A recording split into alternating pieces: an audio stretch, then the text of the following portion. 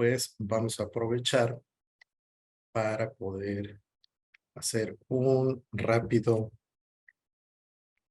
resumen de qué es lo que ha sido el festival en los últimos años, sobre todo Sí. pensando en aquellas personas que se puedan conectar más tarde y ya no alcancen esta parte y la tengan que ver grabada. Pero bueno, sucede que el Festival Literario Lovecraft nace aquí en mi ciudad, Jalapa, Veracruz, porque nosotros que somos una bola de roleros incorregibles, nos encontramos con que, pues, a la gran mayoría nos gusta Lovecraft.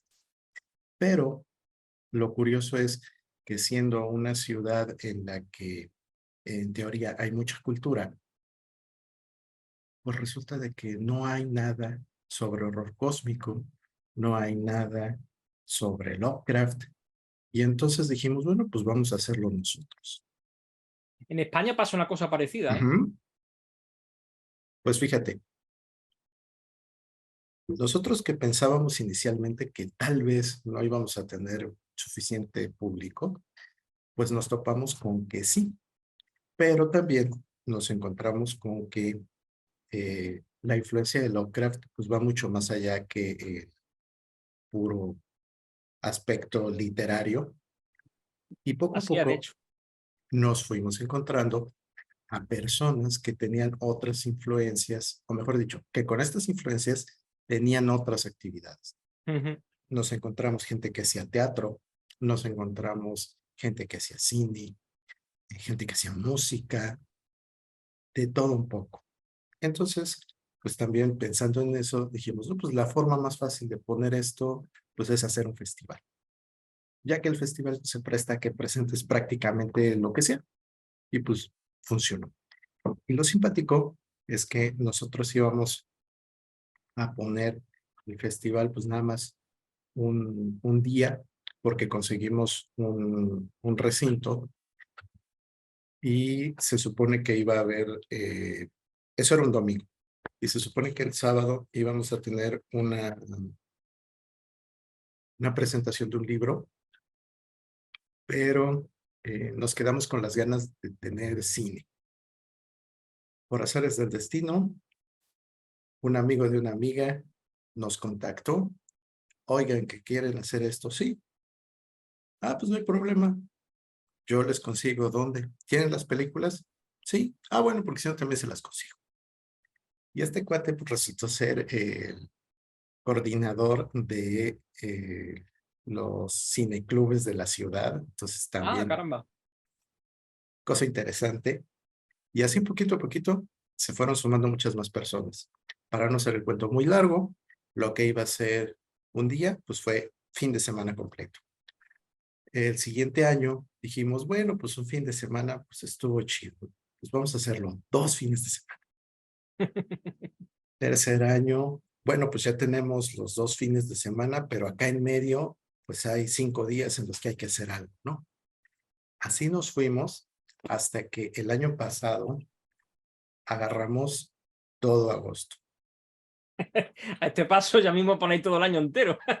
Pues déjame decirte que mi plan macabro era que en unión con otros grupos de fans de Lovecraft, empezáramos un festival por allá del 15 de marzo y lo concluyéramos el 20 de agosto. Pero bueno, por diferentes circunstancias eso pues no prosperó, Ujú. lo sigo teniendo como ilusión, y de mientras, pues estamos ahorita a 35 días de Lovecraft. Y yo creo que nos vamos a quedar con esa media porque, Vamos, está espectacular, vamos, 35 días. y es que también ya ves que con eso de que uno tiene que ser adulto responsable, que trabajar y Hay cosas que por el compaginar, estilo. sí. Pero bueno, ya hicimos suficiente tiempo para que la gente llegue, se conecte, vea de qué se trata, y pues ahora viene lo bueno. Muy, muy serios y formales, pero pues hoy que es jueves de vida digital, tenemos con nosotros a toda una institución del horror cósmico, y no solamente porque le gusta, sino porque también lo hace. Permítanme presentarles a Francisco Javier Olmedo, muy conocido en YouTube e Instagram como Olmedo Horror Books. Y bueno, pues nuevamente te agradezco mucho que te hayas tomado el tiempo de estar con nosotros. El gusto es mío. De hecho, para mí es todo un honor poder participar en este tipo de eventos. Todo lo que sea expandir un poco la palabra del gran maestro, siempre es bienvenida. Y siempre que esté en mi mano y pueda permitírmelo, además que ha coincidido bien el tema del horario y eso, es verdad que tengo la agenda un poco apretada, pero no tengo ningún inconveniente. Así Genial, que el orgullo ha sido mío. qué bien. Oye, precisamente ahorita que mencionaste esto, es algo que yo he dicho en estos últimos días al respecto tuyo, que utilizas la palabra divulgador y Ujú. estamos muy acostumbrados a que se divulga la ciencia, ¿no? Sí, Pero se me hace bien interesante el retomar la palabra y resignificarla fuera de la ciencia, porque a fin de cuentas estamos hablando de una obra que tiene un siglo de distancia de nosotros. mm, Y por otra parte, hay muchas personas que todavía no lo conocen o correcto. conocen pequeños pedacitos o fragmentos que a veces se van enterando de, yo vi la película de Nicolas Cage y está basada en un libro. ¿De quién? De un tal Lovecraft. Y entonces ya ves que empiezan a buscarle. Pero en muchos sentidos, la labor que haces tú con un canal, que efectivamente eso es lo que hace de divulgación, pues tiene un significado muy interesante porque es mostrarle a la gente qué hay en el horror cósmico, cómo es, por qué, para qué. Y pasa lo mismo que cuando hacemos una cata. Si vamos a aprender a tomar café, si vamos a aprender a tomar vino, pues nos tienen que enseñar cómo se disfruta, nos tienen que decir esto está bien, esto está mal, para que entonces nosotros formemos nuestro gusto y nuestro criterio. Y precisamente por eso considero que tu labor es particularmente importante, porque al menos en español hay poca gente que lo haga, si no es que Cierto. De muy hecho, poca. sí, te agradezco tus amables palabras y sí, fíjate que has descrito un poco en mi intención a la hora de montar el canal. Porque es verdad que tenemos varios inconvenientes los que nos atrevemos los que nos atrevemos a divulgar sobre el tema del horror cósmico. Ujú. El primero de ellos es que es muy de nicho. Al ser muy de nicho, eso nos limita especialmente a la hora de expandirnos, teniendo en consideración el tema de los algoritmos, sobre todo de YouTube, ¿no? Pero bueno, Instagram también y en todas las redes principalmente, en los que, pues bueno, pues suelen tener muy en consideración lo popular que puede ser de lo que estés hablando, ¿no? De modo que el crecimiento es mucho más difícil. Y luego después, precisamente, cuando yo me lancé al tema de YouTube, a divulgar el tema del horror cósmico desde el punto de vista literario, como tú bien has dicho, desde el punto de vista narrativo, es porque, claro, a la hora de empezar yo me di cuenta de que había algo que faltaba. Porque, por ejemplo, tenemos grandes compañeros, sobre todo paisanos tuyos, ¿no? Por ejemplo, Carmelo de Cthulhu TV, ¿no? Le mando un saludo desde aquí, si en algún momento nos viera. Eh, Persona extraordinaria y entonces tiene un canal muy importante. Sin embargo, aborda el tema del horror cósmico desde un punto de vista, podemos decir, un poco más emotivo, ¿no? Más lúdico, desde el punto de vista lúdico, ¿no? Y más, efectivamente, más con el objetivo de buscar despertar ciertas emociones y, bueno, sí, también ampliar lo que es el conocimiento de la mitología, de acuerdo a lo que es de los mitos de Cthulhu y todo lo que lo rodean un poco, ¿no? Pero Sí. claro, es lo que pasa, que ciertamente llega un momento en el que es que te quedas sin contenido, porque los mitos son muy vastos, pero también el tener que alimentar a una comunidad constantemente creando nuevo contenido, nuevo material, pues claro, llega un momento que empieza a expandirte demasiado, a lo mejor empiezas a tocar temas que no son tan de tu mismo nicho, pero que, bueno, no dejan por ello de resultar interesantes. Entonces yo me di cuenta de que efectivamente no estaba explotado, al menos en español, y no estaba explotado en condiciones. Lo que es el horror cósmico desde el punto de vista literario, desde el punto de vista narrativo, que por otro lado es el que a mí realmente me interesaba un poco para dar a conocer mi faceta de autor.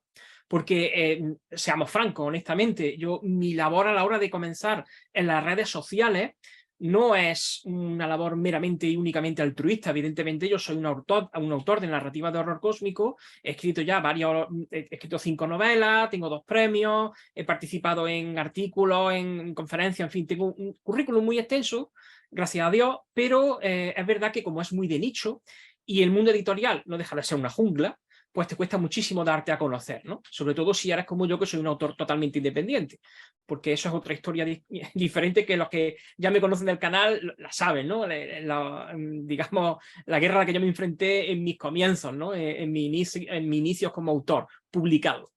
Entonces, lo que quiero decir con esto es que yo comencé el canal diciendo, bueno, en la época actual, los autores que quieren comenzar a darse a conocer, pues no tienen otra opción que seguir las normas que hay en la actualidad. Las normas que hay en la actualidad es que la persona, el autor, siempre está por encima de la obra. Esto quiere decir que es más importante que tú te crees una marca personal, es más importante que los lectores conozcan al autor, y si conectan con el autor de alguna manera, entonces se despierta la curiosidad por su obra, ¿no? Por sus libros. Pero no al revés, como si pasaba antes de que las redes sociales pues lo invadieran todo, ¿no? Antes, pues tú simplemente, si estabas en una editorial medianamente o el libro tenía cierto renombre o cierto atractivo, pues un lector te compraba tu libro y lo leía y le daba igual quién fuera, ¿no?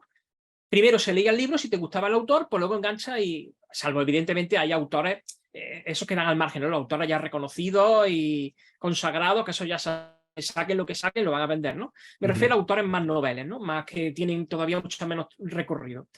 Entonces, pues claro, yo dije, pues mira, empecé en Instagram, digo, voy a hablar del horror cósmico, pues que es lo que yo practico desde un punto de vista literario, que no hay nada, no he encontrado nada que se lo tome medianamente en serio. Es verdad que hay algunos canales, como he dicho, pero son muy pequeños, muy reducidos, que no le dan ese toque a lo mejor que sí necesitaría, ¿no?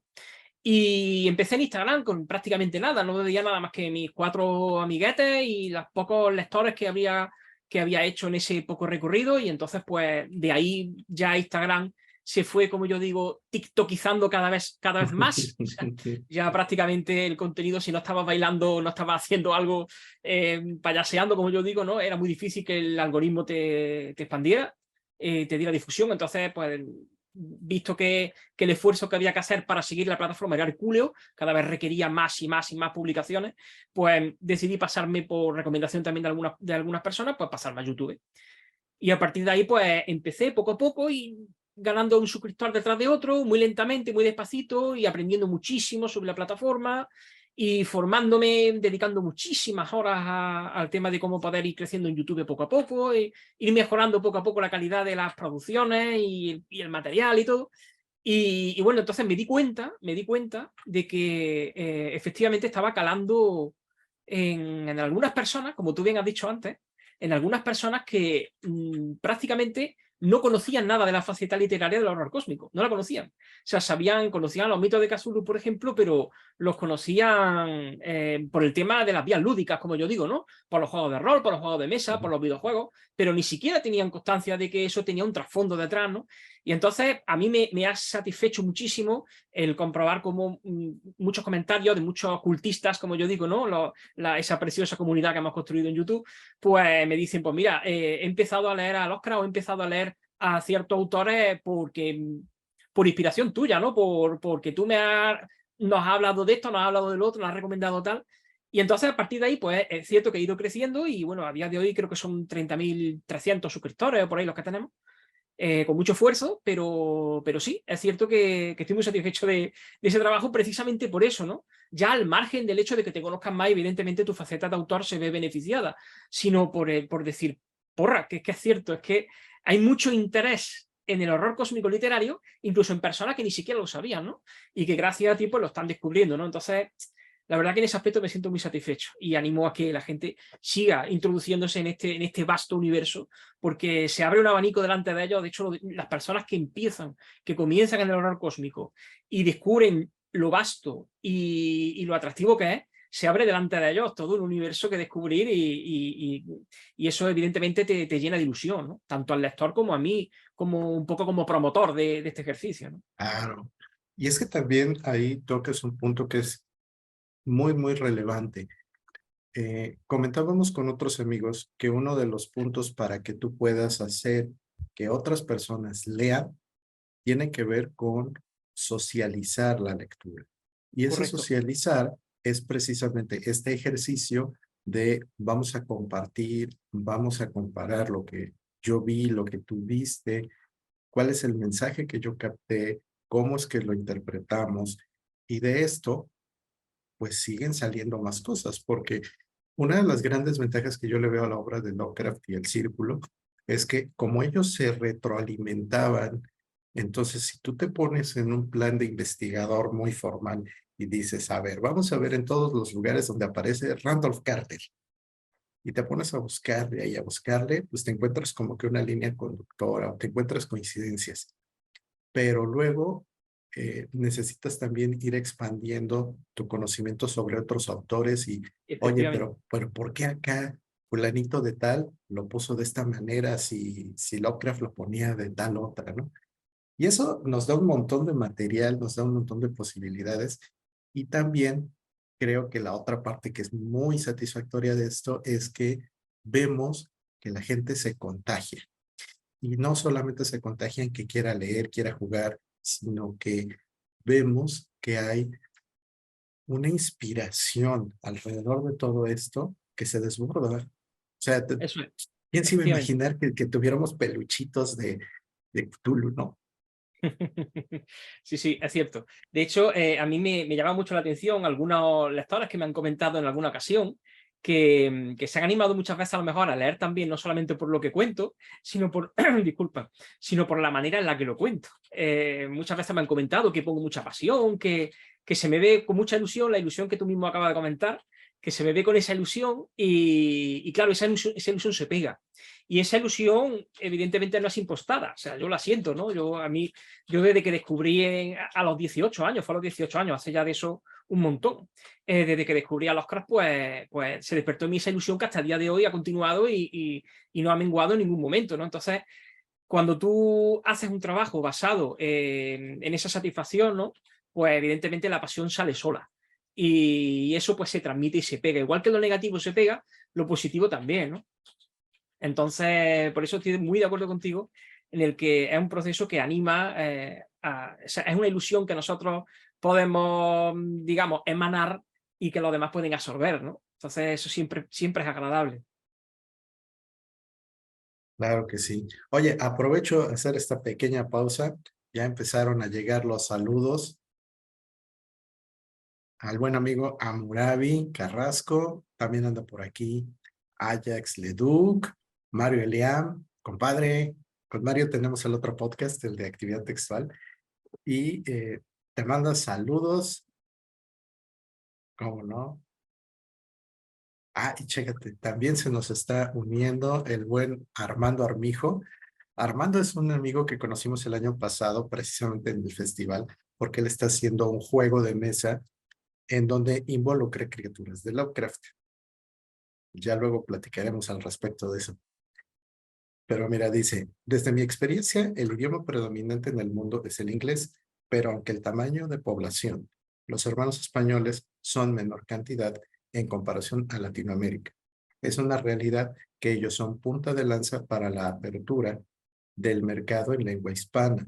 Así que todo ellos puedan hacer es de gran importancia para abrir las puertas en ambos sentidos, importar y exportar lúdicas y literarias.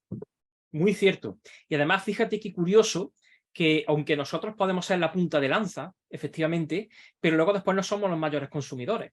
De hecho, mi público, tanto en redes como en YouTube, porque en YouTube ya sabemos que tenemos unas estadísticas muy precisas de todo, cerca del 80% de mi público es latinoamericano. Cerca del 80%. El Ujú. resto es español. Y es que España es verdad que podemos ser punta de lanza, como bien ha comentado el compañero, pero sin embargo, el español es muy borrego. Con todo mi respeto, ¿vale? Se salven las excepciones, ¿no? Pero el español es muy borrego. Y no es un gran lector. De hecho, en Latinoamérica hay mucha más cultura lectora que en España. Y no solamente eso, sino que en España nos dejamos llevar mucho por las corrientes editoriales. Y sobre todo aquí en España, que se ha creado un boom espectacular de autopublicación. Han salido una serie de editoriales estafa, como yo digo, que en realidad no son editoriales, sino que son un servicio de imprenta y distribución, como el que hace Amazon, básicamente, pero bueno, ellos te ofrecen otros servicios adicionales y tú puedes publicar lo que te salga de ahí, ¿sabes? Pues lo que quiera. Entonces, hemos llegado al punto en el que en España, pues, por ejemplo, pues en España solamente se están publicando cerca de 9.000 títulos, creo que son anuales, diferentes, ¿no? De los cuales son 9.000, el 80 o el 90% son noveles. O sea, es una locura. Son personas que ponen su primer libro, se comen los mocos porque se lo acaban vendiendo a sus 4 amigos y familiares y ya no publican nada más. Pero es que al año siguiente vuelve a repetirse todo. ¿Por qué? Pues porque se está creando, el mundo editorial en España está pasándolas muy mal y entonces pues está recurriendo ¿a qué? Pues a cambiar de cliente. El cliente ya no son los lectores, sino los escritores en ciernes, ¿no? Y están viendo que hay mucho público ahí porque si alimentas el ego de las personas caen en la trampa, caemos, yo fui el primero que caí en la trampa, caemos en la trampa y picamos, ¿no? Y entonces pues esas editoriales tienes que pagarle tú a ellas para que te publiquen, etcétera, etcétera. Entonces, ¿qué pasa? Que se ha creado tal volumen de títulos que el español no sabe, ya no sabe qué puede leer, no sabe. Entonces se deja llevar principalmente por las corrientes más generalistas, lo que las grandes editoriales, los grandes medios digan, pues esto recomiendo leer, esto de no sé qué, esto no sé cuánto, y ya está, ¿no? En cambio, curiosamente en Latinoamérica hay una especie de espíritu mucho más abierto. La gente se lanza a investigar por su propia cuenta algo, pues mira, si me gusta esto, voy a ver qué autores hay que hagan esto, o sea, y tiene muchísimo menos prejuicios, muchísimo menos, o sea, son más lanzados, es decir, no conozco a este señor de nada, voy a darle una oportunidad, voy a leerlo porque me atrae la sinopsis, porque me atrae la atmósfera que se ha creado alrededor de la figura de este autor, en fin, voy a lanzarme y voy a leer algo. En España solemos ser más reticentes. Si no lo conocemos, si no tenemos referencia, no, me voy a otro que voy a tiro cierto, ¿no? Entonces, por eso te doy la razón, y doy la razón al compañero que ha dicho eso, que es cierto que podemos ser punta de lanza, digamos, porque España formamos parte del mundo civilizado, como dicen, ¿no? Pero no vayáis a creer que cada vez estamos más, vamos, que casi que nos damos de la mano con vosotros, ¿eh? O sea, que no vaya en todos los aspectos prácticamente, ¿no? La típica decadencia de Occidente, ¿no? Como vamos poco a poco, inevitable, ¿no? Pero somos punta de lanza por eso un poco, ¿no? Porque hacemos un poquito más de ruido, pero luego después, en la práctica, el público latinoamericano es mucho más fiel, mucho más entusiasta, mucho menos prejuicioso. O sea, es un público extraordinario, vamos. Lástima que haya tantísima agua de por medio, como yo digo, ¿no? Pero es así, Oye, es sí. cierto, 100%, ¿eh? Oye, sí. Y ahorita que estás mencionando el asunto de los nuevos escritores, acabo de leer una nota que me dejó bastante preocupado y un amigo la compartió en Facebook. Dice que una persona que es autor se quejó con Amazon porque empezaron a aparecer libros con su nombre que no había escrito. Y resulta de que una persona utilizando una inteligencia artificial, pues se puso a escribir libritos, tomó el nombre de esta persona y lo que le dijo a Amazon es que, pues con la pena, pero pues es propiedad privada y si su nombre no es una marca registrada, pues no se pueden quitar, ¿no? Y Muy llegamos cierto, a muy esto que cierto. mencionas tú. Por eso yo sí tengo las marcas registradas, que me dejé el dinero precisamente para eso, para poder, si llegaba a ese caso extremo, poder yo actuar. Pero voy a responder a esta interesante anécdota con la misma pregunta con la misma respuesta que le doy a las personas que me preguntan sobre el tema de la piratería, ¿no? Casi como decía, creo que era Marilyn Monroe, que decía, da igual que hablen bien o que hablen mal de mí, mientras que hablen eso es lo importante, ¿no? La realidad es la siguiente. Nosotros no somos nadie. No sé este compañero del que estaba hablando antes, este autor, sea un autor importante de renombre, pero la realidad es que nosotros no somos nadie. No somos nadie. Es decir, que prácticamente las personas que nos han comprado alguna de nuestras obras y la han disfrutado, es porque lo han visto en persona. Y si no es porque se la ha recomendado otra persona, ¿no? Entonces, en realidad, que nos descubran porque sí en una estantería física en la que hay 700.000 libros diferentes y en una estantería digital en la que hay millones diferentes, es que prácticamente que nos descubran porque sí es muy complicado, ¿no? Entonces, en realidad, que si hay algunos libros míos de todos, míos están todas mis obras en PDF, si las buscas seguramente en alguna plataforma te la bajas, ¿no? Pues vale, pues léeme, ya está, no me importa. O sea, ¿me preferiría que lo pudieras comprar para que yo pudiera llevarme algo de ese? Pues por supuesto que sí, ¿no? Porque de alguna manera estás apoyando mi trabajo, ¿no? Pero bueno, al fin y al cabo, mientras que me leas, si te gusta, pues bueno, bienvenido sea. En realidad, si no eres un autor consagrado como los que estábamos hablando antes, es muy difícil llegar a vivir de esto. Yo particularmente no puedo vivir por completo del tema de la escritura, ¿no? Es verdad que estoy ahora mismo en un punto que estoy creciendo y, como he dicho, gracias a Dios, casi, pero todavía no. Y aunque diga ese casi, si yo decidiera, venga, voy a dedicarme solamente, voy a abandonar mi trabajo alternativo y me voy a dedicar solamente a esto, malviviría, ¿no? Sobreviviría fatal, ¿no? Y es muy difícil ganarse una reputación importante a no ser que pegue un pelotazo, como decimos aquí en España, ¿no? Que pegue un pelotazo y entonces sí pegues un salto, ¿no? Pero mientras tanto, no. Entonces, bueno, que te lean, que te plagien, que te copien, vale, si yo descubriera ahora que alguien ha cogido mi obra con una inteligencia artificial, como tú dices, que me copiaran y hicieran un libro igual, bueno, vale, pero es que no va a ser mi estilo, no va a ser mi... Porque en mi caso particular no es solamente la historia que estoy contando, sino la manera que la cuento, que es un estilo mío. De acuerdo que sí, que evidentemente bebo de Lovecraft, bebo de Clark Ashton Smith, bebo de Cliff Barker, bebo de varias fuentes y creo yo con ese collage, como hacemos todos los autores y todos los artistas en general, y le damos nuestro toque personal y ahí hacemos nuestro propio estilo, ¿no?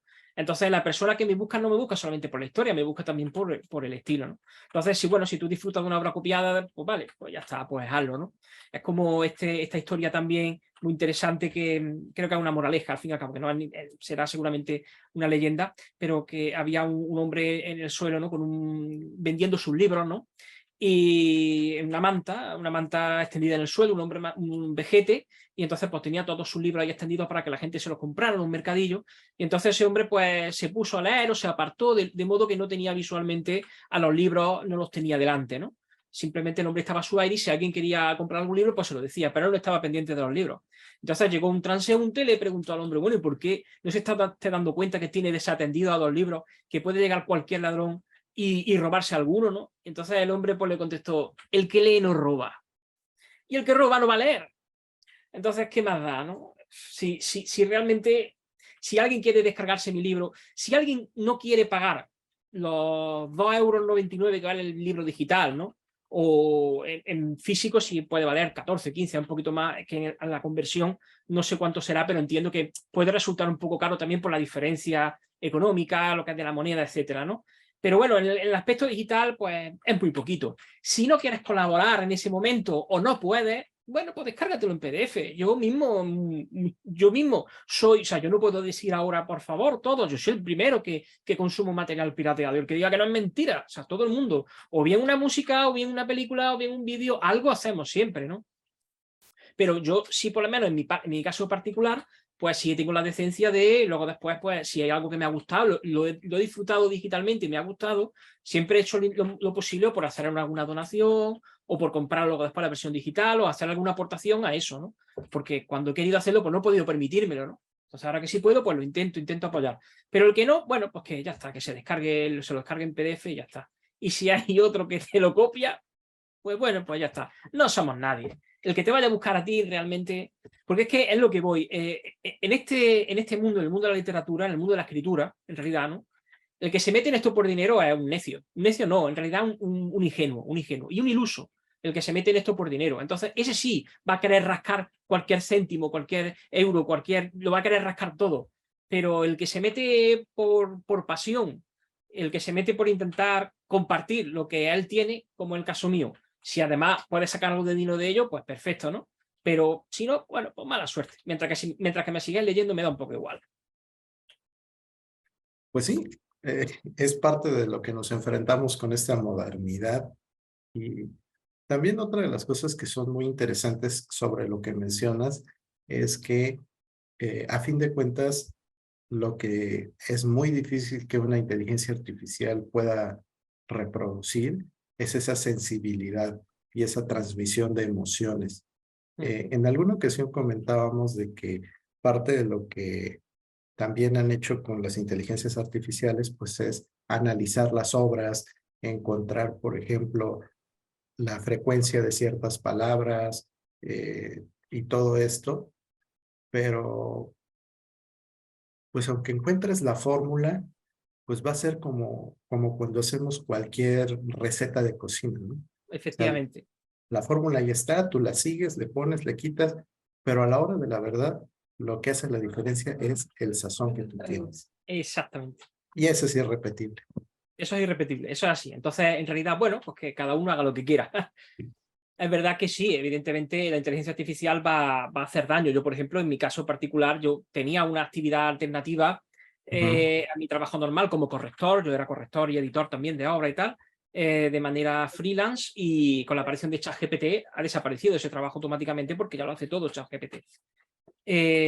Bueno, pues nada, yo también uso ChatGPT para hacer otras cuestiones, ¿no? Y estoy utilizando muchísimo ahora las plataformas estas de Stable Diffusion para hacer las carátulas y para hacer ilustraciones de mis propios vídeos de YouTube. Entonces tenemos que adaptarnos, o sea, esto no se puede nadar contracorriente, ¿no? Entonces, y es lo que tú dices, efectivamente, cada uno tiene su estilo, o sea, la inteligencia artificial no le van a quitar el trabajo a todos los ilustradores, es verdad que va a hacer daño, evidentemente sería ser ingenuo si digo lo contrario, daño va a ser en todo, porque es una revolución, evidentemente, ¿no? Hay que reestructurar la sociedad ahora, ¿no?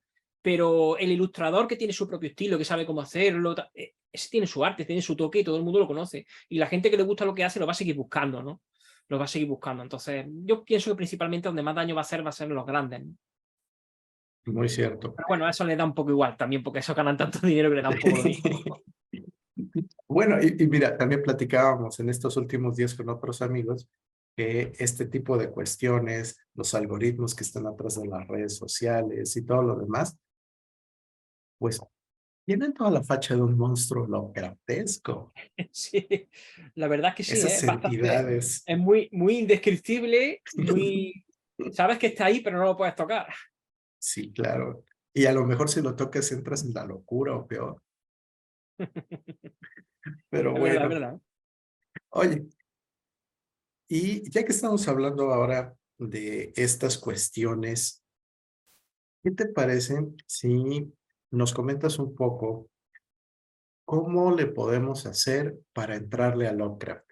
Hay varios videos tuyos que se me han hecho muy agradables precisamente al respecto, pero ¿qué recomendaciones nos das? Vale, lo primero sería distinguir exactamente si quieres conocer a Lovecraft o quieres conocer a los mitos. De todas maneras, entradas en uno o entradas en otro, yo siempre indicaría la misma puerta, ¿no? Y la puerta sería a través de Lovecraft. Hay un libro que curiosamente no lo tengo aquí, no he tenido la precaución de tenerlo aquí, que es el que yo llamo la Biblia del horror cósmico, y es una antología de Alianza Editorial. Se llama Los mitos de Cthulhu, el nombre es muy sencillo, Los mitos de Cthulhu de Alianza Editorial. Yo tengo la edición, creo que fue la primera o la segunda de hace 25 años o cosas así, o 30, no me acuerdo ya. Y en esa edición pues viene un recopilatorio, una antología de todo el círculo completo, en un orden muy específico, ¿no? Creado en la antología la creó Rafael Llopis, que junto a Francisco Torre Oliver pues son dos grandes referentes en lo que es la traducción y la divulgación del horror cósmico en español, ¿no? Tiempo a, ¿no? Ya fallecido. Francisco Torre Oliver, de hecho, falleció recientemente. Y entonces, pues, una selección fantástica. Pero si quisiera empezar, yo siempre la recomendación que hago es, mi relato preferido por otro lado, La sombra sobre Innsmouth. Siempre digo que empezáis por La sombra sobre Innsmouth o bien por El horror de Dunwich, por alguno de esos dos. Si empiezas por uno, si lees uno o lees otro y te gusta lo que estás leyendo, o sea, si has disfrutado de esa lectura, pues puedes seguir profundizando en otras diferentes que podría dar más recomendaciones, que como tú bien has dicho, pues tengo uno de mis primeros vídeos en mi formato vertical, de esos que prácticamente no tenían producción ninguna, y ahí pues hablo de cuáles serían un orden interesante que yo considero para abordar, para entrar en los mitos de Cthulhu, ¿no? ¿Y por qué La sombra sobre Innsmouth? O El horror de Dunwich? Pues porque aunan de una manera extraordinaria los conceptos básicos del horror cósmico. O sea, es horror cósmico puro, tanto uno como el otro. Y no solamente que es horror cósmico puro, sino que están contados de una manera bastante asequible para lo que nos tiene acostumbrados el gran maestro Howard Phillips Lovecraft, ¿no? Que suele ser bastante barroco y, como ya sabemos, muy espeso, denso, muy descriptivo en ciertos aspectos, ¿no? Entonces, pues, digamos que tienen un equilibrio mucho más atractivo para un neófito en el horror cósmico. Yo siempre no recomiendo, a pesar de todo, hay muchos valientes, no recomiendo empezar nunca por las montañas de la locura. En las montañas de la locura es el tocho por definición, ¿no?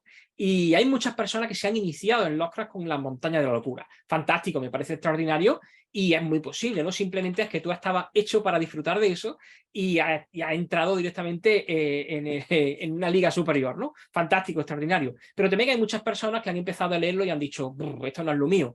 Y es muy triste porque pasa como con todo, tenemos como con la música, con la literatura, con el arte en general, vamos evolucionando como personas, ¿no?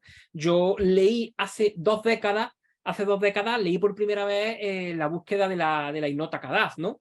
Lo que es los ciclos oníricos, lo que es el eje principal de los ciclos oníricos de Randolph Carter, ¿no? La búsqueda de la Ignota Kadaz. Yo la leí y me pareció un auténtico pestiñazo, no me gustó nada, de hecho no terminé de leerla hace dos décadas, porque es verdad que al ser, digamos, la obra más tunsaniana de Lovecraft, es la más fantasiosa, hay horror cósmico, pero es mucho más ligero, hay sobre todo lo que hay ahí es un tema un poco de construcción fantasiosa, dunsaniana, repito, pues no se parece mucho a lo que estamos acostumbrados.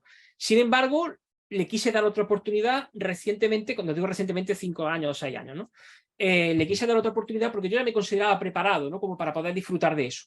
Y se convirtió de repente prácticamente en una de mis obras favoritas también de Howard Phillips Lovecraft, ¿no? Entonces, por eso digo que, bueno, en realidad puede empezar por las montañas de la locura sin ningún problema. Pero aquellas personas que empiecen y no estén preparadas para las montañas de la locura, pero sí estarían preparadas para la sombra sobre Innsmouth, pues tristemente estamos perdiendo una oportunidad de un nuevo lector, ¿no? Dentro de los mitos, ¿no? Entonces, por eso yo siempre recomiendo empezar por lo básico. Empezar por eso, la sombra sobre Innsmouth o el horror de Dunwich. Por la manera en la que lo aunan, el horror cósmico, todos los elementos más característicos y por la manera en la que lo relata, ¿no? Y a partir de ahí, pues sí podemos ya profundizar en otras obras distintas, ¿no? Ya no solamente de Lovecraft, sino del círculo, ¿no? O bien de Robert Bloch o de Clark Ashton Smith, cada uno tiene sus características. Por eso está bien hacerlo mejor más en antología, ¿no? En antología. Entonces, esa es la línea en la que yo en mi canal de YouTube, pues, he querido buscar, ¿no? El decir, pues mira, se habla de esto, se habla de este tema, se habla de este otro, y esto lo puedes encontrar en este relato, en este otro, que hay una labor de investigación, como tú bien has dicho antes, hay una labor de investigación muy grande detrás de cada vídeo, ¿no? Yo no soy una enciclopedia viviente como algunos amablemente me categorizan, ¿no? Como la enciclopedia viviente del horror cósmico. No, no, en absoluto. Tengo una memoria muy mala. De hecho, yo normalmente hago unos ejercicios de investigación muy profundos que consumen mucho tiempo para ver de dónde sale cada cosa, ¿no? Dónde se encuentra este, dónde se encuentra el otro, recorriendo textos, en fin. Y entonces, pues claro, atrae mucho, ¿no? Porque dice, ostras, este tipo de ser, este tipo de concepto, este tipo de deidad, ¿dónde podía encontrarla, ¿no? ¿Dónde puedo profundizar más en ella? Pues mira, lo tienes aquí, en esta se habla de esta manera, en esta se habla de esta otra. Entonces, pues bueno, es interesante, ¿no? Entonces, en definitiva, que ya divaga un poco, la sombra sobre Innsmouth o el horror de Dunwich. Yo recomendaría empezar por ahí y evitar, en la medida de lo posible, las montañas de la locura. No Pues sé si muy, tú estás de acuerdo conmigo. No, no sé cuál sería tu recomendación en este caso. fíjate que mi aproximación es una aproximación de flojera entrecomillada, porque para mí hay relatos que son muy rápidos, muy fáciles de digerir. Uno de mis favoritos, pues, es el de Los gatos de Ulpar. Y lo que yo les recomiendo a las personas es prueba de poquito. Mira, estos cuentitos son súper cortos. Dime cómo te va pareciendo y a partir de ahí. De hecho, hace unos años empecé en Facebook un grupo para hacer un círculo de lectura y esa fue la aproximación. O sea, vamos a ir con los cuentos cortos primero y luego le vamos a ir buscando conforme se vaya necesitando. O sea, básicamente Correcto. dejando para el final Montañas de la Locura. Exactamente. Lo más espeso, es lógico. Sí, sí, sí. Y bueno, ahora también, como ya se está abriendo todo esto, en el sentido de que tenemos más traducciones, tenemos también más material que se ha ido liberando, como es el caso de las cartas que mantenía con el círculo y con otros, pues las personas se pueden dar el lujo ahora de, bueno, pues ya le investigué a la literatura, pues ahora vamos a lo personal.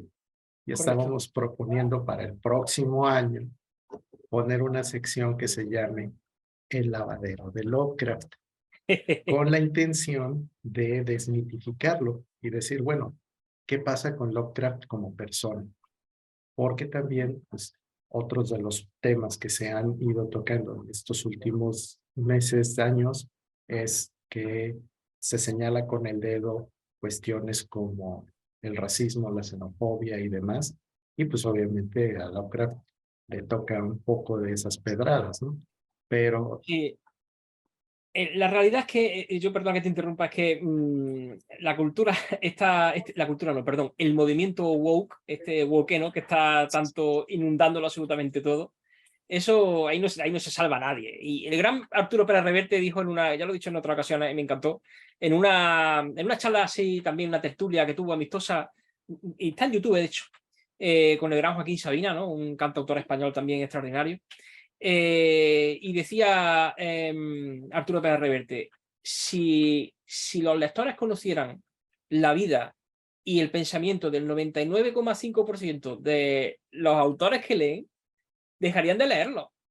Pero si es que somos seres humanos, si es que todos tenemos nuestros pros, nuestros contras, todos tenemos nuestras propias maneras de pensar, maneras de ver el mundo, y es que si tú simplemente te limitas a leer a lo que realmente coincide contigo, con tu manera de pensar, pues bueno, en realidad estarías súper limitándote, o sea, no estás permitiéndote crecer. Al contrario, lo que estás involucionando. O sea, todo el grupo, todo evolucionáis. Entonces, y eso es lo que está pasando con el tema de la cultura, de esta cultura woke, ¿no? Que todo tiene que pasar por el mismo filtro, por el mismo aro, esta especie de autocensura, estas cancelaciones a grandes autores porque de alguna manera o bien exponen explícitamente o bien veladamente se intuye que tiene algún tipo de prejuicio ante alguna minoría o ante cualquier cosa. ¿Y a ti qué más te da? Que haga lo que quiera, pero si tú eres el primero, si tú eres el primero, es que también es un ejercicio de hipocresía tremendo. O sea, aquellos que se rasgan las vestiduras porque han echado tierra en contra de alguien, en contra de su comunidad o lo que sea, ellos son los primeros que están rajando de este, de otro, de otro, de otro. O sea, sí, es súper impresionante, ¿no? Pero, en fin, esto es el pan nuestro de cada día, ¿no? Así que, y estoy de acuerdo contigo, Lovecraft, evidentemente, pues Lovecraft era un esclavo más de su época y tenía sus pormenores, igual que lo teníamos todos, era un genio y como genio, pues también tenía su extravagancia y tenía sus cosas que, pues bueno, hay Hemingway, el Lord Byron, el Oscar Wilde, Edgar Allan Poe, unos eran borrachos, otros eran puteros, otros eran, o sea, es que y eso no les quita crédito, eso no les quita crédito, ¿no? El gran Charles Bukowski, madre mía, Bukowski, ¿eso qué es? Si ese hombre, ese hombre vive en el vicio. Y fíjate que es un autor de renombre, o sea, es uno de los autores contemporáneos de los más reconocidos, ¿no? Entonces, no podemos ir por... Vamos, es mi opinión, yo entiendo que cada uno es libre de hacer lo que quiera, ¿no? Pero yo entiendo que hay en la medida de lo posible que intentar separar al autor de la obra, ¿no? Si, es arte, es arte. Entonces, si ha conseguido de alguna manera despertar en ti ciertos sentimientos, disfrútalo, disfrútalo, no te sientas mal porque esta persona tenga estas creencias o esta ideología, ya está, disfrútalo y punto, ¿no? Pienso yo, en mi opinión. claro, y mira, sobre todo también el otro gran problema que existe es que se quiere medir todo desde el presente. Y Correcto, cuando eso es un error. no, Uf, no, o sea, tenemos que entender los diferentes contextos y esa es la parte que a muchísimos nos falta, ¿no? O sea, pensamos que la humanidad se ha desarrollado en un marco moral como el que tenemos hoy en día, cuando la realidad absoluta es que no ha sido así nunca. Así como han efectivamente. ido cambiando las épocas y se han modificado muchos preceptos, muchas inclusive ideas, pues esto tiene su impacto en todos los ámbitos de la vida humana. Así que tampoco podemos cegarnos a que no, espérate, es intocable. Totalmente de acuerdo. De hecho, el despropósito que han hecho con obras de Arthur Conan Doyle, por ejemplo, de Sherlock ¿Mm? Holmes, o las propias de Agatha Christie, o incluso con estas últimas que fueron, bueno, creo que con J.K. Rowling lo hicieron también, y Ah, sí, claro. con el de, ay, ¿cómo se llama? El de Charlie la fábrica de chocolate. No No me acuerdo. Bueno, manches. que han cogido y han censurado los libros y las propias editoriales lo han republicado cambiando una serie de términos, cambiando no sé si era Indio Rico no sé, es que no me acuerdo, era una cantidad de despropósitos tremendos que aquí en España, bueno, en ese aspecto las editoriales dijeron que no iban a tocar nada, que lo iban a dejar igual, y eso lo han hecho en Gran Bretaña. Pero qué manera de censura eso, por favor. O sea, como dice, vuelvo otra vez a parafrasear a Pérez Reverte, porque en estas cosas, verdad que tiene sus cosas, pero el hombre es certero muchas veces como un francotirador, ¿no? Decía, ¿cómo puede ser que personas que llevan en este mundo 30 años quieran ahora de un plumazo erradicar 3 y 4 mil años de historia, ¿no? Simplemente por cambiar una cosa por otra, ¿no? Porque no entran dentro de su marco ideológico, ¿no? Es que es ridículo. Bueno, en realidad la censura ha existido a lo largo de toda la historia, ¿no? Y lo que pasa es que ahora con las redes sociales y la globalización, pues todo se enfatiza, ¿no? Todo es mucho más grande y más rápido y más poderoso, ¿no? Que antes, ¿no? Que era mucho más progresivo. Pero bueno, ya está. Hace mucho más ruido ahora. Eso sí, tienes toda la razón. Oye, y ya que estamos en estas, ¿cómo es que eh, consideras que estos cambios, pensemos ya un poquito en el futuro, podrán afectar? ¿Crees tú que los nuevos escritores se autocensuren ya como parte de su hábito? ¿Crees que hay algún tipo de revolución ideológica? Muy buena pregunta. Yo no soy excesivamente visionario, la verdad. Pero yo auguro un futuro en el que efectivamente lo que es la lectura, por ejemplo, pues va a disminuir. La lectura como la conocemos hoy en día no va a disminuir ostensiblemente y no va a desaparecer evidentemente, porque siempre va a haber un número de personas que disfruten de este tipo de arte, evidentemente, y lo que sí se va a reducir y se va a especializar. Y el tema de esta autocensura, todo eso, yo pienso que son modas. Esto evidentemente tiene su auge, será una burbuja, reventará, caerá, habrá desequilibrios sociales, habrá revoluciones ideológicas, movimientos como ha habido siempre, y volverá otra vez a su forma de ser, ¿no? Volverá siempre con altibajos, ¿no? Entonces, ¿qué es lo que sucederá? Pues yo lo que sí auguro, no solamente con el tema de la literatura, sino con todo el arte en general.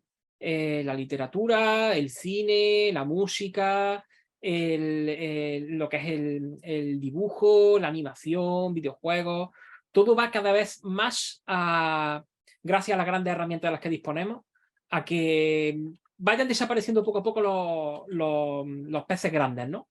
Vayan desapareciendo los intermediarios, vayan cada vez las personas haciéndose ellos mismos sus propios discos, sus propios álbumes, produciéndose ellos mismos. En el caso mío, soy autor autopublicado 100%. Yo, es verdad que gracias a mi trayectoria profesional, pues domino muchísimas disciplinas, ¿no? No solamente del tema de la informática, sino también del diseño gráfico, de la edición, maquetación, es decir, que toco muchos aspectos que me han permitido poder guisármelo yo todo, ¿no? Como decimos aquí, ¿no? Juan Palomo, ¿no? Yo me lo guiso, yo me lo como, ¿no? Hacer todo, de las 5 obras que tengo publicadas, lo he hecho yo absolutamente todo, desde el primer paso hasta el último. Tiene muchísimo, increíblemente más trabajo, pero lo que sale exactamente lo que tú quieres, ¿no? Eso siempre también es muy positivo. Y puedes añadirlo todo porque... Y luego después lo más importante, y es que no te ves afectado por esa cultura de la autocensura, ¿no? Por esa corriente de autocensura. Porque yo sí tengo, por ejemplo, conocidos que son autores que tienen un poquito más de renombre, que incluso llegan a vivir de esto, ¿no? Y me han confesado que le han obligado, ¿no? A tener que poner un personaje femenino empoderado, por ejemplo, ¿no? Para poder publicar esa obra, ¿no? O que cambiaran el género del personaje de uno de los protagonistas precisamente para para que esa obra pudiera venderse como eso, como una especie de referente del empoderamiento, ¿no? O incluir una relación forzada, que para mí siempre que se hace así son forzadas, una relación LGTBI dentro de una obra, porque es que es necesario diversificar, ¿no? No. Eso cuando tú eres un autor autopublicado, no quiero decir autopublicado, sino independiente, como en mi caso. Cuando tú eres un autor independiente y cuando eres un músico independiente, un pintor independiente, un animador independiente, ilustrador, creador de videojuegos, es tu público el que te va a decir lo que quieres y lo que no quieres. Y si tienes suficiente a ver cómo decirlo, no dignidad, porque cada uno es libre de hacerlo, no quiero en ningún momento faltar respeto a los que quieren adherirse a esas corrientes, ¿no? Para vender más. Están en su derecho y para mí es totalmente respetable. Pero sí es verdad que si tienes un poquito más de amor propio y piensas en decir, pues mira, yo voy a escribir lo que yo quiero, lo que a mí me gusta y como yo lo siento. El que no le guste, pues es libre de marcharse. No, yo no lo estoy obligando a nadie, ¿no? Pues el que no le guste, que no me lea. Pero el que me guste, pues que se quede, ¿no? Entonces es verdad que creces mucho más despacio, tu abanico tu abertura es mucho más pequeña, pero por otro lado, la comunidad que creas es una comunidad extraordinariamente fiel. Y no solamente eso, sino que comparte contigo esa misma pasión y la idea que tú estás promoviendo, ¿no? Entonces, bueno, pues es interesante el intentar, en la medida de lo posible, el ser lo más autosuficiente posible. Entonces, yo auguro eso, que primero, que esta moda del woke, pues terminará apagándose. Es verdad que acabará dejando algún vestigio, indudablemente va a dejar algún pozo, va a dejar en la sociedad, evidentemente, ¿no? No digo que sea ni mejor ni peor, simplemente que lo va a dejar, como todos los cambios y revoluciones, pero va a ser una moda, se irá y volveremos a otro tipo de corriente ideológica en ese momento, las que toquen en ese punto, ¿no? Y que poco a poco irán creciendo cada vez más los artistas independientes y autosustentados, autosuficientes, y que ellos mismos se lo dicen y ellos mismos se lo comen, y que hagan su público, públicos más reducidos, no públicos tan masivos, pero sí un público suficientemente grande como para poder, más localizado, como para poder vivir de ello, ¿no? Eso sí. Pues fíjate que ahorita, como lo mencionas, pues nos podemos dar cuenta de que el fatalismo Lovecraftiano no ha terminado de hacer mella en ti, porque afortunadamente todavía sigues pensando de forma muy positiva sobre nuestro futuro. Pero bueno, vamos a aprovechar en este momento para leer un par de comentarios que se me hacen bien Muy bien. interesantes acá en el Facebook. Fíjate, Armando Armijo, sobre lo que estuvimos platicando de TikToks y anexas, coincide con nosotros, pero su frase final está como para enmarcarlo. A mí me parece que estamos en el sueño de alguna deidad antigua cósmica que ya se olvidó de nosotros. Pues mira, fíjate, la verdad que sí, muchas veces piensa uno que sí, ¿no? Que estamos completamente a la deriva, ¿no? Estamos abandonados a nuestra deriva, ¿no? Sí. Bueno, Y mira, te mando saludos, Fernando de la Barra, desde Bolivia. Muy feliz de escucharte.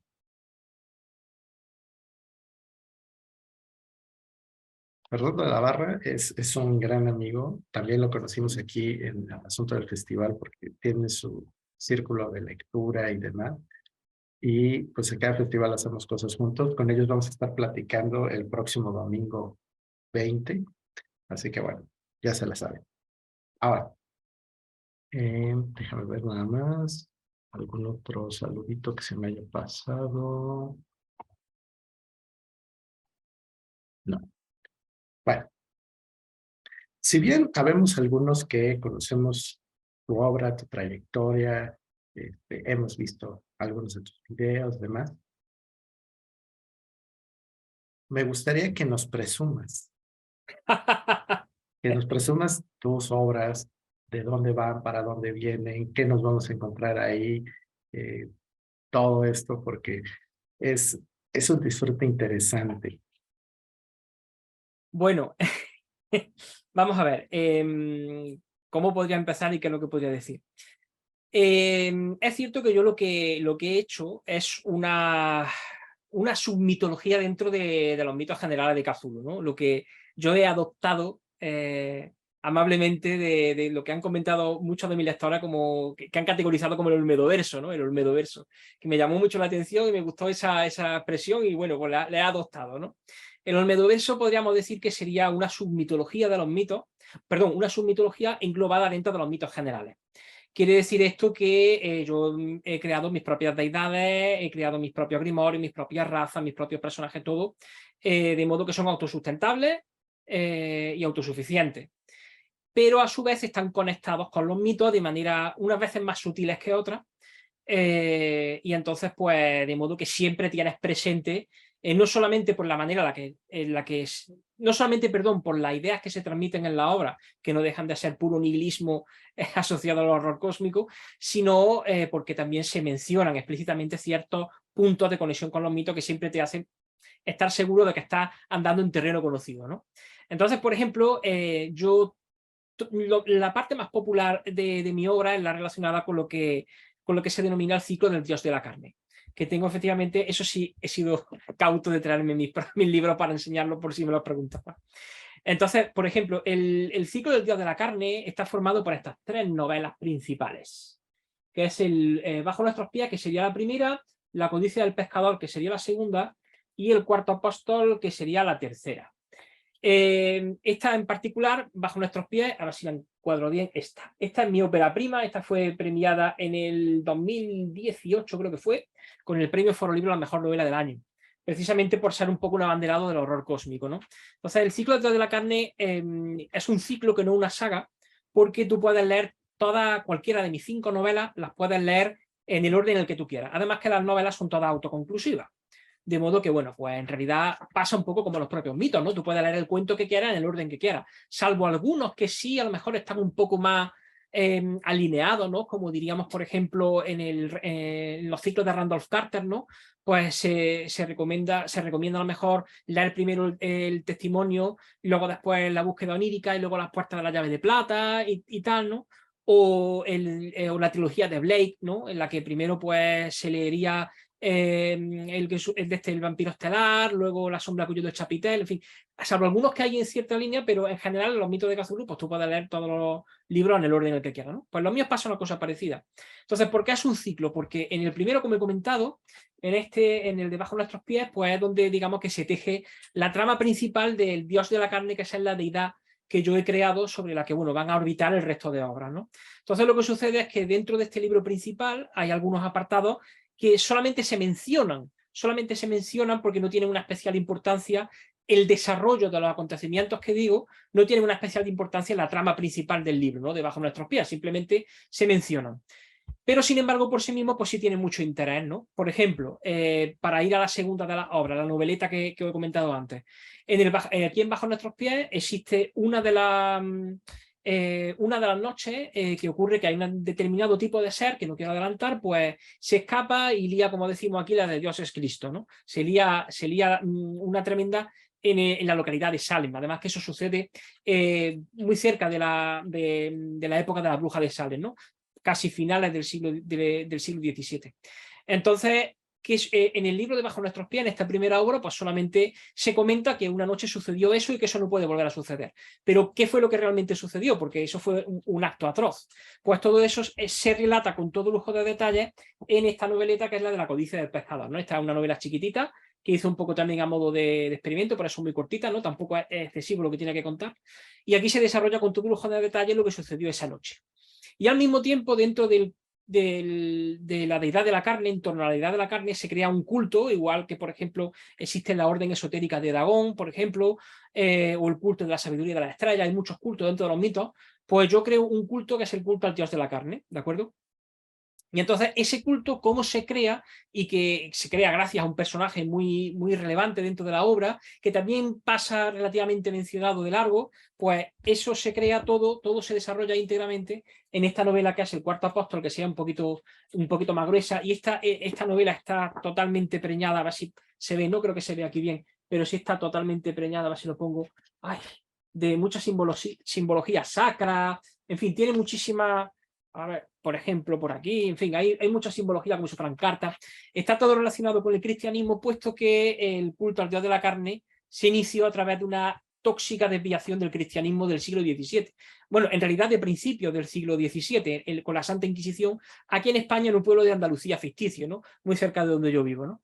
Entonces, digamos que en esta obra, en este tercero y cuarto apóstol, pues aquí se narra cómo se desarrolla ese culto a partir de la enseñanza de ese personaje, que Bajo nuestros pies solo se menciona, ¿no? Entonces, en realidad, tú puedes leerla en el orden en el que quieras. Si empezaras, por ejemplo, por el cuarto apóstol, tú te preguntarías qué es ese divino prodigio al que adoran, ¿no? Pues lo tendrías en Bajo nuestros pies. Y si leyeras, por ejemplo, La codicia del pescador, primero pues diría qué es esa criatura, de dónde viene esa criatura tan extraña, ¿no? Que ha liado eso que ha liado, ¿de dónde viene? ¿No? Pues bajo nuestros pies tendría la explicación de los orígenes, ¿no? Entonces lo puedes leer en el orden en el que quieras. Y luego tengo otras dos obras más, que es esta, por ejemplo, que es mi favorita de... Esta es la más gruesa que tengo, que es Malnacido. Esta también fue premiada en el año 2020 con el premio Foro Libro, también a la mejor novela del año. Esta es una novela mucho más dinámica y son novelas que yo determino novelas satélite al ciclo. ¿Por qué son novelas satélite al ciclo? Porque en realidad no tratan de la deidad del dios de la carne, pero sí es verdad que conectan sutilmente con el ciclo, simplemente un poco a modo anecdótico, pero son totalmente independientes, autoconclusivas, con sus propias deidades, sus propias criaturas, sus propios grimorios, ¿de acuerdo? Y por último, la última que he publicado recientemente, que es esta, que es Corteza Amarga. Esta también esta está contada a modo de crónica, también como si fuera una investigación. No creo que se vea especialmente bien. Tiene, bueno, sí, tiene así cuestiones médicas, en fin. Entonces, está narrada a modo de una crónica porque es un experimento atroz que hace un doctor que no sale como tiene que salir, ¿no? Entonces, pues toda la obra va un poco de eso. Y son obras satélite por eso, porque conectan relativamente con el ciclo del dios de la carne, pero no llegan a profundizar más en él. Entonces es verdad que el ciclo del dios de la carne como tal, que como he dicho antes, que lo tengo registrado y tal, ¿no? Pues para el tema de los plagios, si en un futuro pasara algo, si en un futuro me hiciera famoso y me mereciera la pena luchar por ello, entonces lo tengo registrado. Pues es verdad que el dios de la carne y lo que es todo el ciclo ha creado mucha expectación porque tiene un lore, como ahora decimos, ¿no? Tiene un lore bastante profundo y tiene mucha chicha que me gustaría seguir ampliando y tengo un propósito de seguir ampliando en novelas posteriores. Luego después, al margen de eso, sí he hecho participación en revistas, en artículos, que eso, bueno, en mi página web está todo el currículum literario mío de participaciones, pero de novelas publicadas, estas 5, y son íntegramente creadas desde el principio hasta el fin por mí.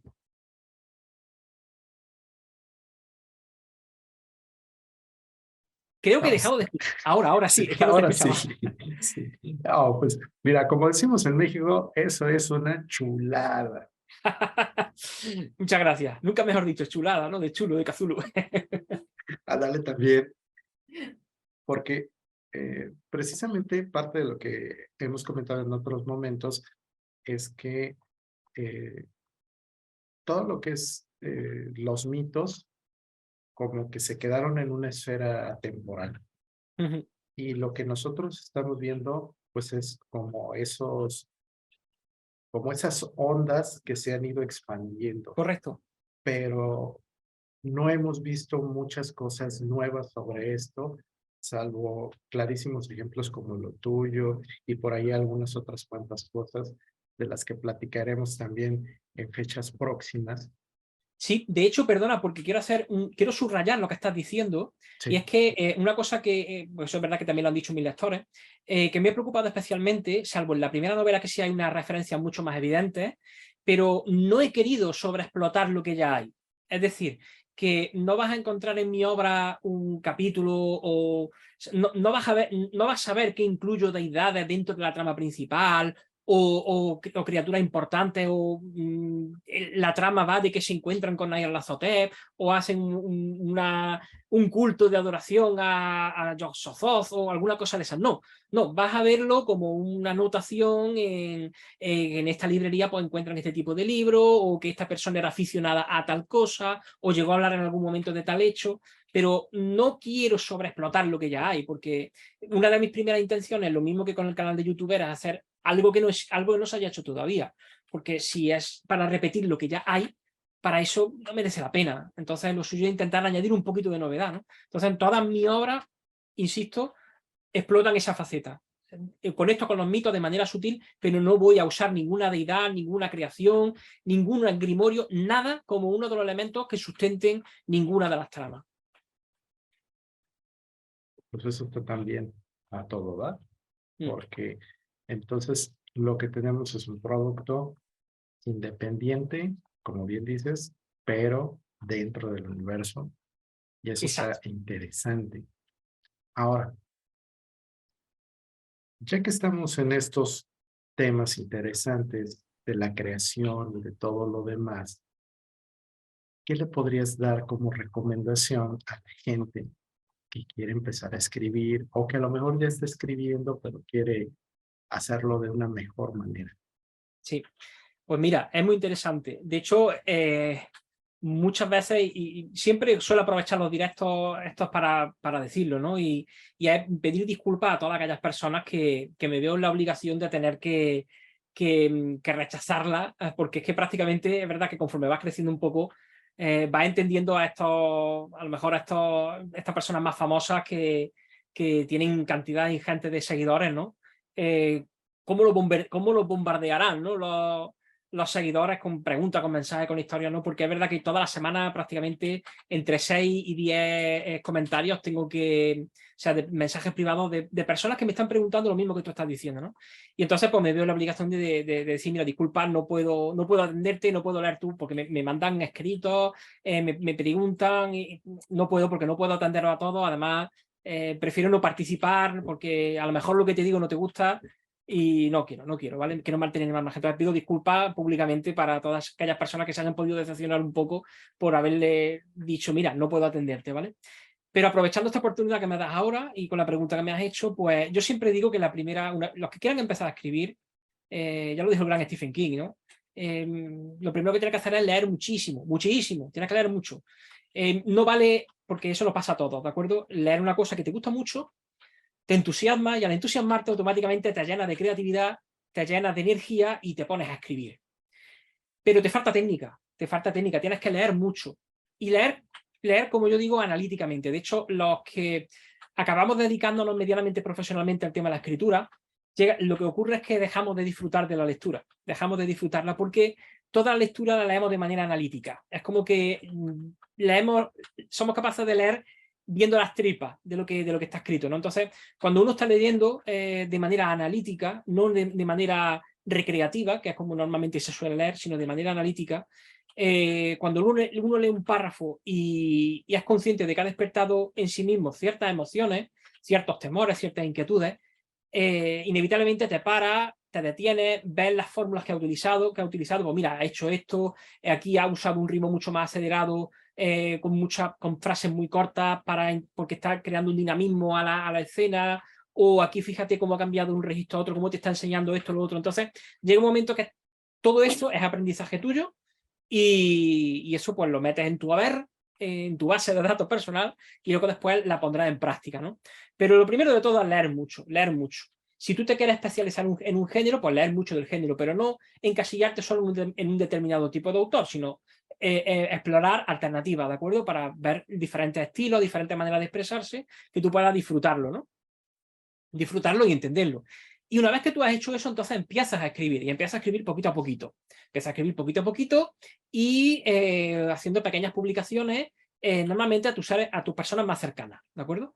Y sobre todo personas con criterios, no personas como tu madre, por ejemplo, que si me ve por la salud de aquí seguramente me verá, que no personas como tu madre que le da igual lo que le haga que le va a gustar. No, no, no, personas con criterio, ¿no? Personas que tú sabes, amigos, familiares, seres queridos que tú sabes que si no les gusta te lo van a decir, ¿no?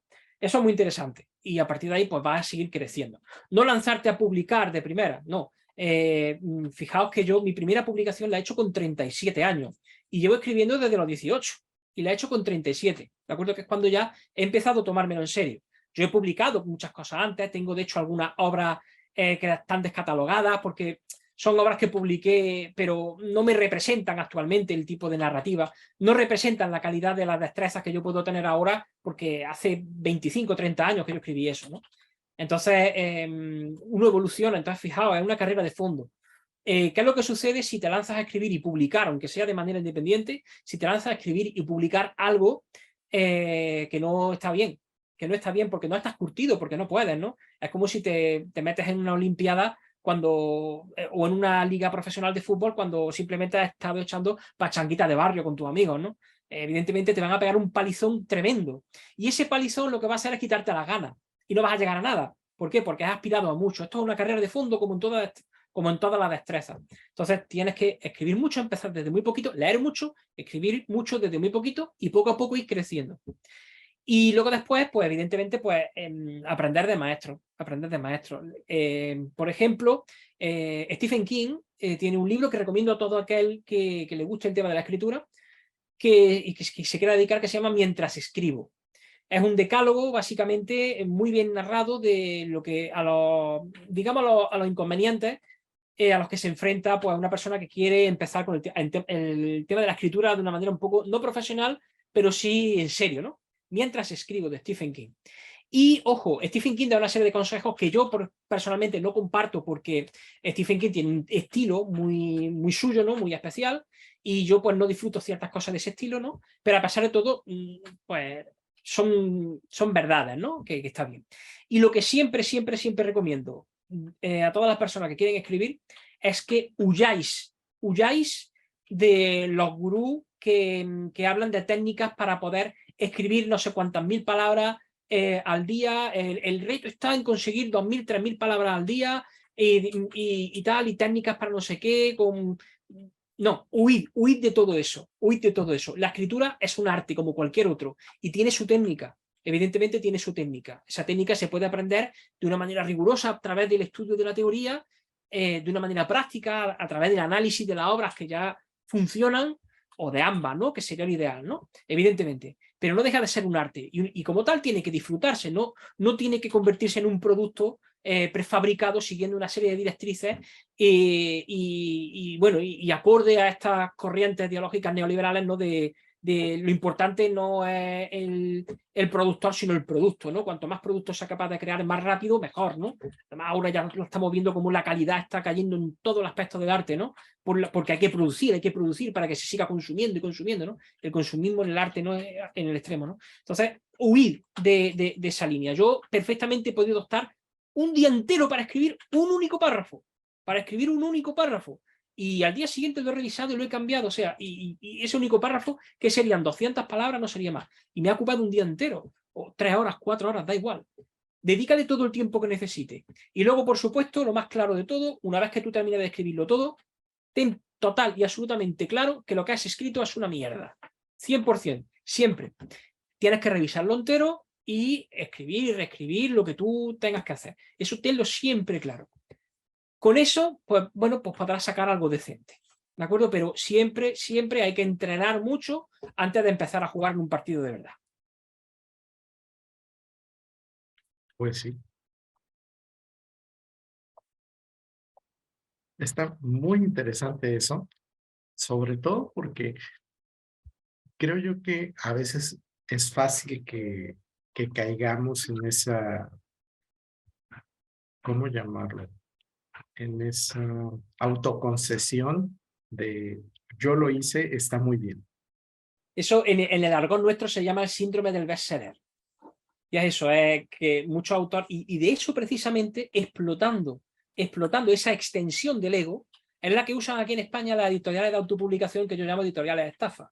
Y es que te doran la píldora, te alaban el ego, te ponen en un altar, alimentan ese síndrome del bestseller diciéndote que tu obra es una maravilla. Así que lo ideal es que puedas publicarla, compártela con el mundo. Estamos buscando, de hecho lo puedes ver en el internet, hay un montón de, sobre todo en Instagram, buscamos nuevos escritores, tenemos abierta la recepción de manuscritos. Conviértete en el nuevo bestseller, si es que tu obra lo merece. Dorando esa píldora, la gente entra y luego te topas con la verdadera realidad. Que bestseller hay muy poco. Eso sí. Oye, pues esto se está poniendo cada vez mejor. Y eso es lo interesante. Ahora, va a sonar como pregunta tendenciosa de foro de Facebook, pero ¿por qué te fuiste hacia el lado del horror cósmico y no hacia otra forma de horror o hacia otra forma de escritura? ¿Qué tiene el horror cósmico que no tienen los demás? Muy buena pregunta. Y la pregunta es tan difícil de responder como si yo te preguntara a ti, pues a ti, un tú genérico, ¿no? Cualquier persona. Tú te has enamorado de esta pareja, pues ¿qué tiene esa chica que no tengan otras, ¿no? ¿Por qué te has enamorado de ella, no? Si evidentemente esa otra chica es mucho más guapa, si evidentemente esa otra chica es mucho más inteligente, si evidentemente esa otra chica es mucho más. ¿Por qué de esa? Pues porque esa es la que encajaba con lo que tú necesitabas, ¿no? Precisamente. Y para ti esa es la mejor del mundo. Para ti. Y eso es lo importante. que sea la mejor del mundo para la persona que te quiere, ¿no? Entonces, el horror cósmico me pasó a mí eso mismo. Yo lo desconocía por completo hasta que mi mejor amigo, hasta el día de hoy, ¿no? Que lo conocí en la universidad, mi primer año de universidad. Un segundito, Sí, sí. que no sé si es que se ha cortado. ¿A mí se me ve? Creo que Eh, no, ¿no? tu imagen está congelada. Está congelada, ¿verdad? Un segundito Sí, porque voy a ver. Se me ve ahora, ¿verdad? Vale, sí. Es que sí, listo. se había cortado la cámara. Estaba diciendo, sí, Tu sobre el amigo. tema de mi amigo, exactamente. Ujú. Entonces, pues mi amigo llegó un día, porque es más o menos, él más o menos sabía mi gusto y tal, ¿no? Yo había leído, de lo que es de lectura recreativa en ese momento, solo había leído fantasía épica, lo que es Crónicas de la Dragonlance, El Señor de los Anillos, todo ese tipo de fantasía, ¿no? Que es lo que yo consideraba que era la lectura recreativa, que no llegaba más allá de eso. Pues me dijo este amigo mío que hoy en día él es profesor de universidad de él hizo la tesis doctoral sobre Lovecraft, o sea que extraordinario, vamos, el chaval le pega al tema muchísimo, ¿no? Y es profesor de la Facultad de Filosofía y Letras en anglosajona, que no me sale la palabra hoy, pero bueno, profesor de inglés, vamos, básicamente, pero de universidad, ¿no? Y entonces pues me dijo, mira, te voy a enseñar, te voy a dejar un libro que te va a gustar. Y entonces me dejó precisamente el que yo recomendaba antes, el de esa Biblia del horror cósmico, que es Los mitos de Cthulhu de Alianza Editorial. Y cuando yo lo leí, yo me volví loco. Yo dije, esto es precisamente lo que. Este es precisamente el tipo de literatura que a mí me gusta. Gracias a eso descubrí los clásicos de la literatura gótica, como fue luego después también Edgar Allan Poe, que Edgar Allan Poe es en realidad mi autor favorito, más que Lovecraft, ¿de acuerdo? O sea, Edgar Allan Poe. Lo que pasa es que Edgar Allan Poe lo tengo en otro, digamos, en una vitrina diferente, ¿no? Es al que le rindo culto, pero en realidad con el que más tiempo paso es con Lovecraft, ¿no? Es como el que tengo ahí para que no me lo toque nadie, ¿no? Pues es Edgar Allan Poe, ¿no? Pues a raíz de ahí pues ya conocía muchos otros clásicos, ¿no? Sheridan Le Fanu, ya no Bram Stoker porque es más conocido, ¿no? Pero sí muchísimos otros clásicos, Matthew Lewis, en fin, es que no me salen ahora mismo los nombres, pero un montón, ¿no? De todos los clásicos que conocemos de hoy en día, ¿no?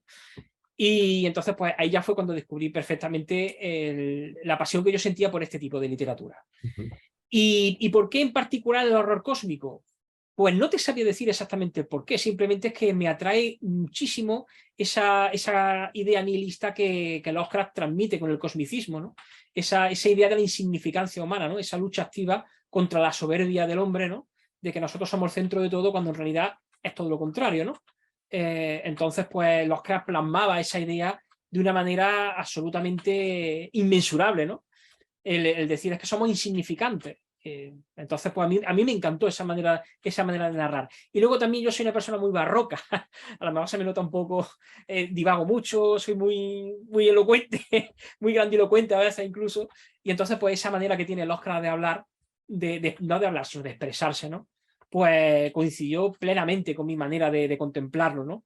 Y es que yo creo, desde mi punto de vista, ¿no? Al menos para mi gusto, que la prosa barroca, la prosa tan descriptiva, tan rica, un nivel idiomático tan alto que tiene Lovecraft, que para otras personas pues, pueden considerar que no es un buen escritor porque da muchas vueltas, porque se lía, porque sobrecalifica a los nombres, ¿no? Describe en exceso. Yo considero que le aporta la solemnidad que ese tipo de historias necesitan, ¿no? Entonces es verdad que hay otras historias de horror cósmico que no están descritas de esa manera, son mucho más ligeras, transmiten la misma idea, pero a mí no me dejan con el mismo sabor de boca, ¿no? Entonces, véase, por ejemplo, la obra reciente creo que es el pescador de John Langan, creo que se llama, que es reciente, una obra reciente que es de horror cósmico también, y es mucho más dinámica, tiene una prosa mucho más sencilla, y transmite la idea de horror cósmico, y está bien, ¿no? Pero no esa solemnidad que tiene la prosa de Howard Phillips Lovecraft. De hecho, dentro del propio círculo, Robert Howard, por ejemplo, es muy diferente, ¿no? O Robert Bloch. Robert Howard y Robert Bloch tienen una manera muy distinta, ¿no? De contar la historia, ¿no? Entonces, Robert Howard es mucho más dinámico, más trepidante, porque está más orientado a ese tipo de prosa que él usa en Espada y Brujería, ¿no? En la saga de Conan, ¿no? Entonces, pues son muy diferentes. ¿Y cuál disfruto yo de todas más? Evidentemente, los de las historias propias de Lovecraft, ¿no? Entonces, ¿por qué me gustó el horror cósmico? Yo creo que es porque me encajaba con mi gusto como tal. No es ni mejor ni peor que otro, sino me enamoré de él, igual que me me he enamorado de otras muchas cosas en la vida, ¿no? Hasta todo dar. Pues sí, es interesante cómo pasan estas cosas. Oye, y te voy a hacer una pregunta de la audiencia. Dice Fernando de la Barra. Profesor Olmedo, ¿qué opina de las nuevas corrientes de literatura de horror, terror Lovecraftiano y horror cósmico? ¿Qué recomienda ahora revisar entre autores actuales? Muy buena pregunta. Yo es verdad que no puedo pronunciarme en exceso porque soy un enamorado de los clásicos. Entonces no suelo estar especialmente al tanto de la literatura más moderna. Vamos a ver, de literatura contemporánea de horror cósmico, sobre todo relacionada con los mitos, he leído varios textos que no recuerdo, los tengo en la estantería, pero no recuerdo ahora cómo se llaman, son antologías de diversos autores, no especialmente conocidos, y la sensación que me han transmitido, aunque son interesantes, es que están orientadas a las vías lúdicas, como yo digo, ¿no? Están orientadas a alimentar ese deseo de poder explotar esa idea de una manera más palpable, ¿no? De hecho, creo que estaban publicadas por Edge Internacional o por Fantasy Flight, no sé. Están relacionadas con los juegos de mesa también y tal. Y están muy bien, ¿vale? Pero se notaba claramente ese toque de acción que no encuentra en realidad en la obra más clásica, ¿no? Del horror cósmico, ese toque de acción que busca, ¿no? El que se pueda recrear de alguna manera, pues a lo mejor en una partida de rol o en algún juego de mesa o en algún videojuego o algo, ¿no? Tienen ese toque mucho más actual. Entonces, yo no disfruto especialmente de eso, me gusta más lo más antiguo. Entonces, como hoy en día algo así para destacar, bueno, pues Emilio Bueso tiene una antología que está publicada por la gran editorial Valdemar, que se llama, creo que es Extraños Eones o algo así. Y está bien porque Emilio Bueso es un buen autor. Es verdad que tiene una prosa también muy especial, no es yo le digo, le llamo un poco prosa macarra, ¿no? Porque tiene una manera muy directa de hablar, ¿no? De narrar, perdón, está bien, pero es diferente a lo que estamos acostumbrados. Es verdad que es un tipo de horror cósmico mucho más cercano, ¿no? Mucho más próximo. Y luego después, por ejemplo, digo, obras como las que he comentado, la del pescador de John Langan. Creo que hay otra obra, pero esta es terror, pero no estoy seguro si es horror cósmico porque esta no he llegado a leerla, pero sí me la han recomendado personas que yo considero con criterio. Y sé que si me la leo me va a gustar, que es Nuestra parte de noche de Mariana Enríquez, que Mariana Enríquez es un poco un descubrimiento contemporáneo, creo que un artista, no sé si argentina, puede ser, no lo sé exactamente, perdonadme los fans de Mariana Enríquez, ¿no? Pero no podría deciros con mucho detalle de a quién podría ir ahora a leer de autores contemporáneos, porque estoy mucho más centrado en los clásicos. Ah, pues de cualquier forma, se agradece. Y bueno, ahora, ya tuvimos un poco por aquí y un poquito por allá, pero pues toca una parte importante en este negocio, que es que nosotros, pues en la mayoría somos roleros incorregibles. ¿Tú qué tal le has entrado a los juegos de rol? Sí, yo he jugado también a los juegos de rol, pero hace muchísimo tiempo dejé de jugar. De hecho, la última partida que eché a rol, más de 2 décadas seguro. Seguro, vamos. Estamos hablando del 2000, 2001, 2002. Si Ujú. acaso en el 2000-2001, cuando yo terminé la carrera universitaria, pues por ahí más o menos estaría. No he jugado más. Y normalmente he jugado a Dungeons and Dragons, curiosamente. Es verdad que la llamada de Cthulhu he jugado en muy pocas ocasiones y normalmente he jugado, normalmente no siempre. Y de hecho creo que han sido 2 veces, tres veces las que he jugado la llamada de Cthulhu y lo he hecho de máster las tres. Y no he jugado demasiado porque, curiosamente, evidentemente se acaban embebiendo de esa acción, ¿no? De esa Ujú. acción, que es inevitable, ¿no? Porque el juego de rol al fin y al cabo es eso, ¿no? Y entonces como que no acababa de comulgar con esa sensación que yo tengo del horror cósmico literario, ¿no? Entonces esa practicidad del hecho de encontrarte a un determinado tipo de criatura o tal, pues bueno, no acababa de conectar conmigo. Sin embargo, curiosamente, sí he seguido explotando durante mucho más tiempo lo que son los juegos de mesa, ¿vale? Por ejemplo, mi preferido es el Arkham Horror, pero no el juego de cartas, porque de cartas jugaba a Magic. Pero lo que es el Arkham Horror, sí he jugado, de hecho tengo con todas las ampliaciones, tengo la segunda edición con todas las ampliaciones, que te hace falta una mesa. Vamos, de hecho hemos jugado con todas juntas una vez con mi amigo este que he comentado antes, mi amigo Juan Luis. Hemos jugado una vez y necesitamos una mesa gigantesca, tuvimos que ir a un sitio porque no caben todas las ampliaciones.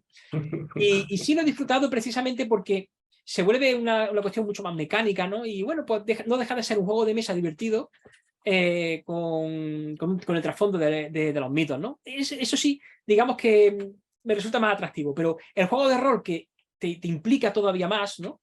No he llegado a disfrutarlo, no llegué a disfrutarlo como si llegué a disfrutar, por ejemplo, los juegos de mesa, fíjate, ¿no? Y en los juegos de rol en realidad el que más pasión le levanta, ¿no? Pero en mi caso particular me pasaba eso, fíjate. Entonces, digamos que mi mayor experiencia rolera ha sido con Dungeons and Dragons. Está muy bien. Bueno, pues entonces eso significa que te vamos a tener que estar invitando a nuestras próximas partidas, porque precisamente nosotros diversificamos mucho en las cuestiones del rol y en los últimos episodios de nuestro podcast hemos estado precisamente platicando de muchas de las variaciones y hay desde las cosas humorísticas como Cthulhu o como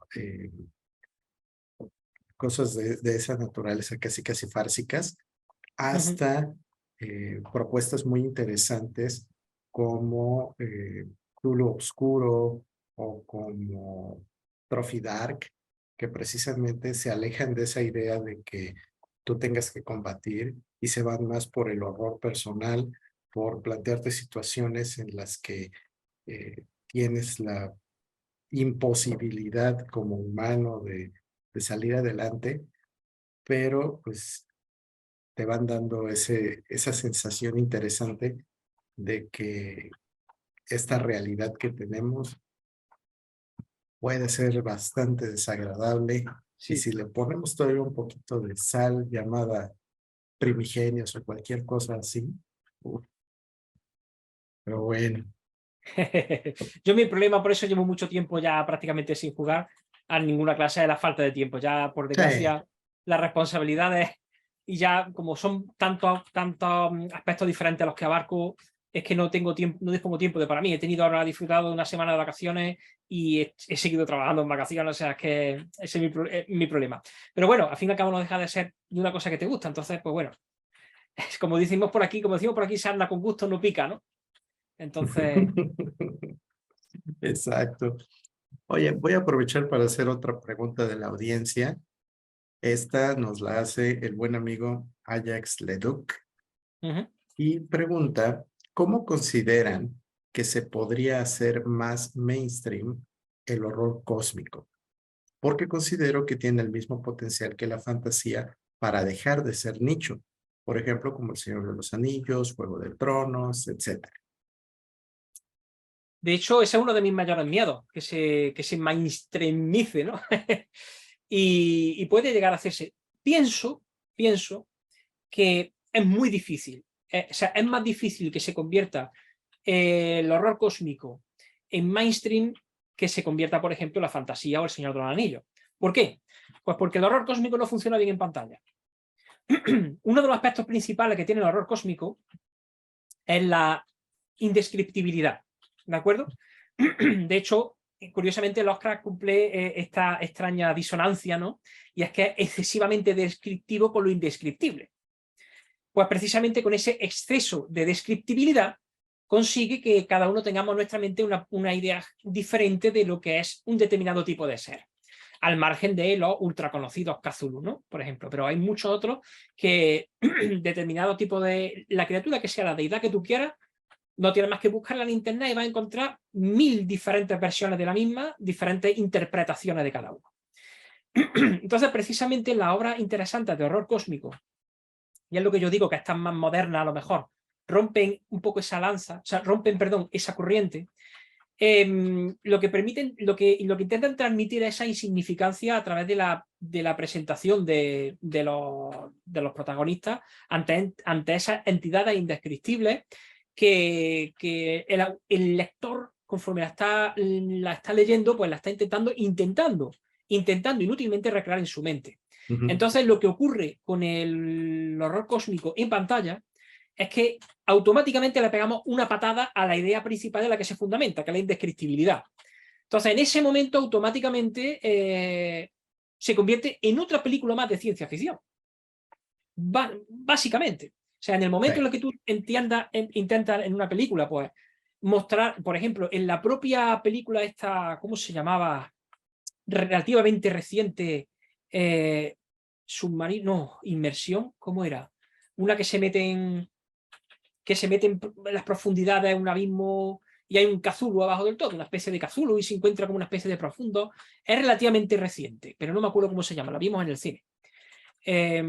Inmersión o submarino, no me acuerdo, perdón, no me acuerdo. Bueno, pues en esa película, y hay actores importantes en esa película, pues al final aparece, spoiler, ultra spoiler, aparece pues una versión de Cthulhu, ¿no? A pantalla completa para verla en el cine, ¿no? A mí no me provocó absolutamente nada. O sea, yo me fui del cine con la sensación de decir, bueno, vale, he visto una película palomitera, interesante, la manera en la que crean la atmósfera, muy parecida a las películas de Alien, ¿no? A las primeras, ¿no? Esa atmósfera opresiva, de submarina en este caso. Y te enseña a la criatura, y te enseñan, pues, por ejemplo, efectivamente a Cthulhu, pues bueno, pues a mí no me transmitió nada. O sea, simplemente te encuentras con un ser más, igual que hemos visto las películas de Godzilla. En cambio, por ejemplo, pues me transmitió muchísimo más pánico cuando lo vi, más terror, una película que se llama Cloverfield, que es relativamente antigua, en la que es parecida, como Godzilla en el aspecto de que llega una criatura a una ciudad, la destruye, pero la criatura prácticamente no se ve en toda la película. O sea, se ve en un pequeño momento una cosa, un flan, una cosa, y está todo momento intentando transmitir el miedo, ¿no? Entonces, yo pienso que el horror cósmico no va a llegar a ser tan mainstream, y se está intentando, precisamente porque como no se puede transmitir esa idea que sí se transmite en el aspecto literario, pues se convierte en otra rama más de la fantasía y de la ciencia ficción, de la que estamos total y absolutamente saturados. Por ejemplo, en la serie esta de Stranger Things de Netflix, ¿no? Esa Underwater, exactamente, que lo acabo de ver ahora mismo ahí, que lo acabo de decir, Underwater, esa. En Stranger Things, pues hay una criatura que es muy parecida, ¿no? Que sale así también con varios tentáculos, bueno, con varias manos, en fin, no me acuerdo, pero muy parecida. Y bueno, pues sí, no deja de ser un monstruo todo el mundo. ¡Oh, los cristianos! ¡Los cristianos! ¡Wow! Pues! Pero no deja de ser una criatura más. Eso no te está transmitiendo absolutamente nada, ¿no? ¿Por qué? Porque el cine es incapaz de transmitir esa idea con el horror cósmico. Es capaz de transmitir muchas sensaciones, evidentemente, ¿no? Pero con el horror cósmico es muy difícil, muy difícil. Entonces, yo pienso que no va a llegar a ese nivel de mainstream. Pero sí es verdad que lo están intentando, ¿eh? Porque es un elemento que se puede explotar. Pero yo pienso que se puede extender un poco ese nicho, pero siempre al final va a volver a su ser. A lo mejor soy muy optimista con esto, pero yo creo que sí. Bueno, coincido contigo porque parte de lo que en otros momentos hemos comentado es que la parte difícil de cualquier cosa que tenga que ver con el horror es que particularmente el horror cósmico se nutre de lo que cada persona tiene. Por eso, cuando Efectivamente. estamos leyendo a tal o cual monstruo o criatura, algunos lo vamos a asociar con un insecto, otros los vamos a asociar con Exacto. cualquier otra cosa, y el momento en el que un director de cine nos lo presenta con su idea. Por lo tanto, su Correcto. idea no necesariamente nos va a atemorizar a todos. Así es.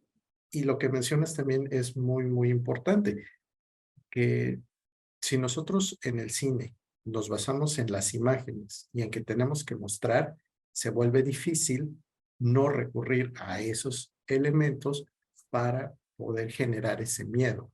Y Correcto. entonces nos vamos a cosas como el uso de la música, el uso del ambiente, pero para que a eso le podamos poner tal cual en la etiqueta y decir, acabo de ver una película de horror cósmico, Sí, es muy difícil. está difícil.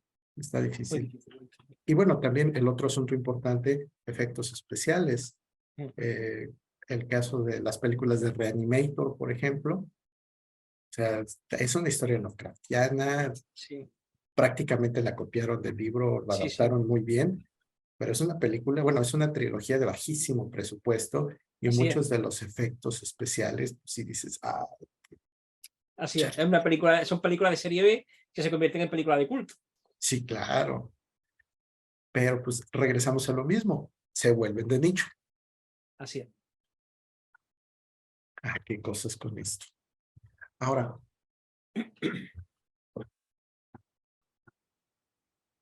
de pura casualidad, ¿has visto unos memes e imágenes de un trompo de tacos al pastor, pero hecho con pulpos?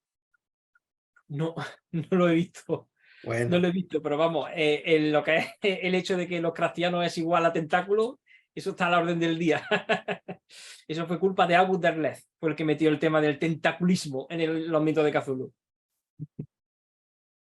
bueno, pues es que quiero aprovechar eso para comentar que eh, la próxima semana vamos a estar platicando con un par de amigos, uno de ellos escritor, eh, Miguel Fliguer, y el otro es un amigo que tiene un café en la Ciudad de México que se llama Lovecraft Café.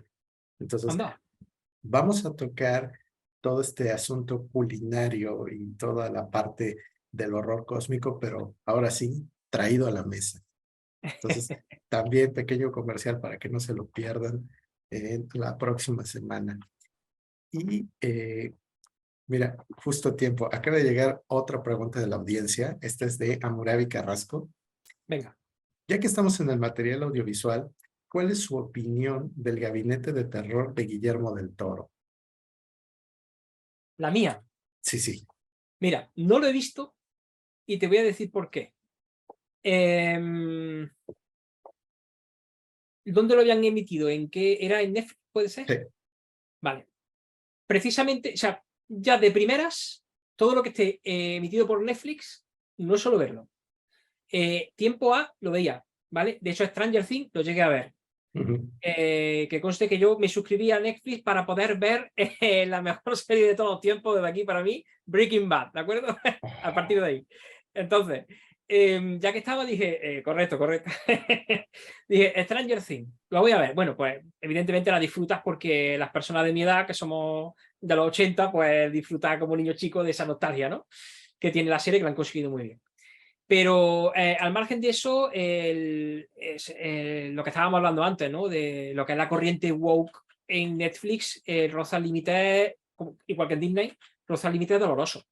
Entonces, alterando todas las. Todo, o sea, ahora van a sacar una. Cuando lo había anunciado, me llevé una grata sorpresa hasta que me di cuenta que efectivamente, por ser de Netflix, pues no iba a salir bien.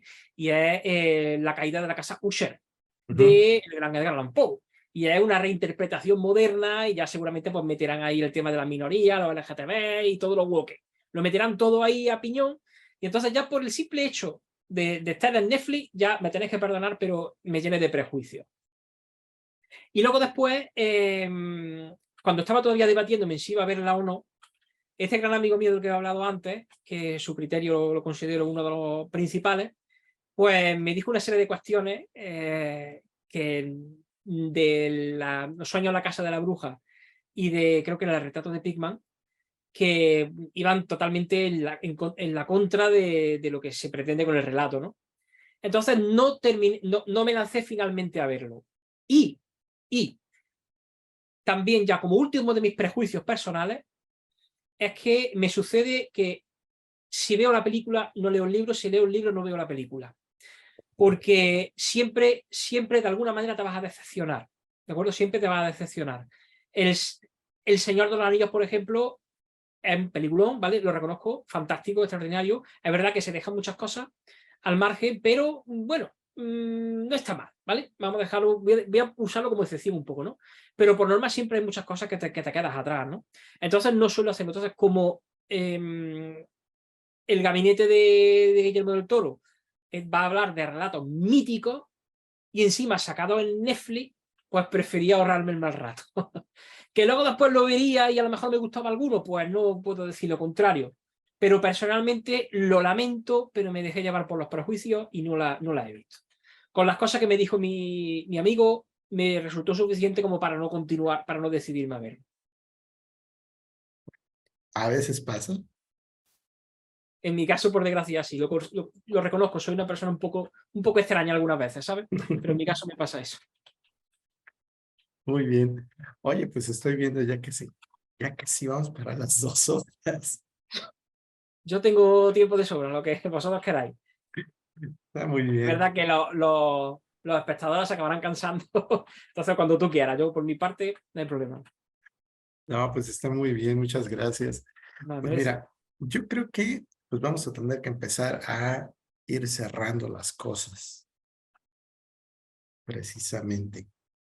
Pero bueno, eh, a ver, platicamos ya de tu obra, platicamos ya de tus gustos, platicamos también de la perspectiva presente y futura, del horror cósmico. ¿De qué otra cosa te gustaría que platicáramos? Bueno, en realidad hemos tocado casi todos los temas más interesantes. En realidad, ¿no? No sé yo qué Ujú, decirte ahora mismo. em, no sé yo qué decirte ahora mismo. Sí, por ejemplo, y esto lo dije en un directo anterior que hablamos, es ujú, curioso, oye, me llama mucho la atención. Pero bueno, dice muchas veces que, que en el caso de los divulgadores, ¿no? Los que nos dedicamos tenemos, digamos, un poco de referencia, que estamos de cara al público un poco, ¿no? Pues que la medida de nuestra valía, o sea, la cantidad de nuestra valía se mide un poco en la cantidad de haters que tienes, ¿no? Cuanto más haters tienes, se supone que vas creciendo más, ¿no? Y es curioso, oye, cómo me tengo que encontrar, de hecho lo tengo automatizado en mi canal de YouTube, ujú, cómo tengo que dialogar y debatir todas las semanas en cada vídeo que subo y también en los vídeos anteriores con el tema del acento. Oye, es una cosa que me llama mucho la atención, ¿sabes? Porque yo soy de Andalucía, yo soy andaluz, y ujú, de hecho yo a la hora de hablar públicamente intento neutralizar lo máximo posible mi acento.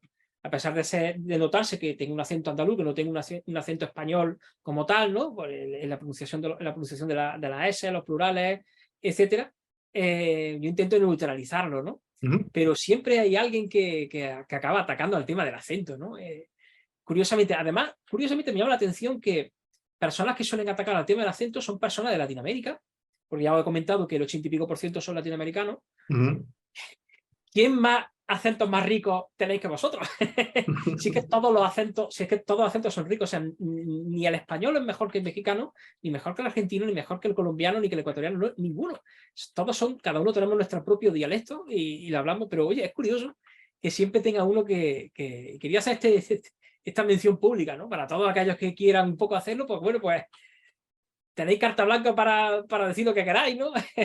La propia plataforma lo va a banear automáticamente, ¿no? Pero que, oye, un tema curioso a los que tenemos que enfrentarnos con el tema de los haters, ¿no? Una vez que ya empieza.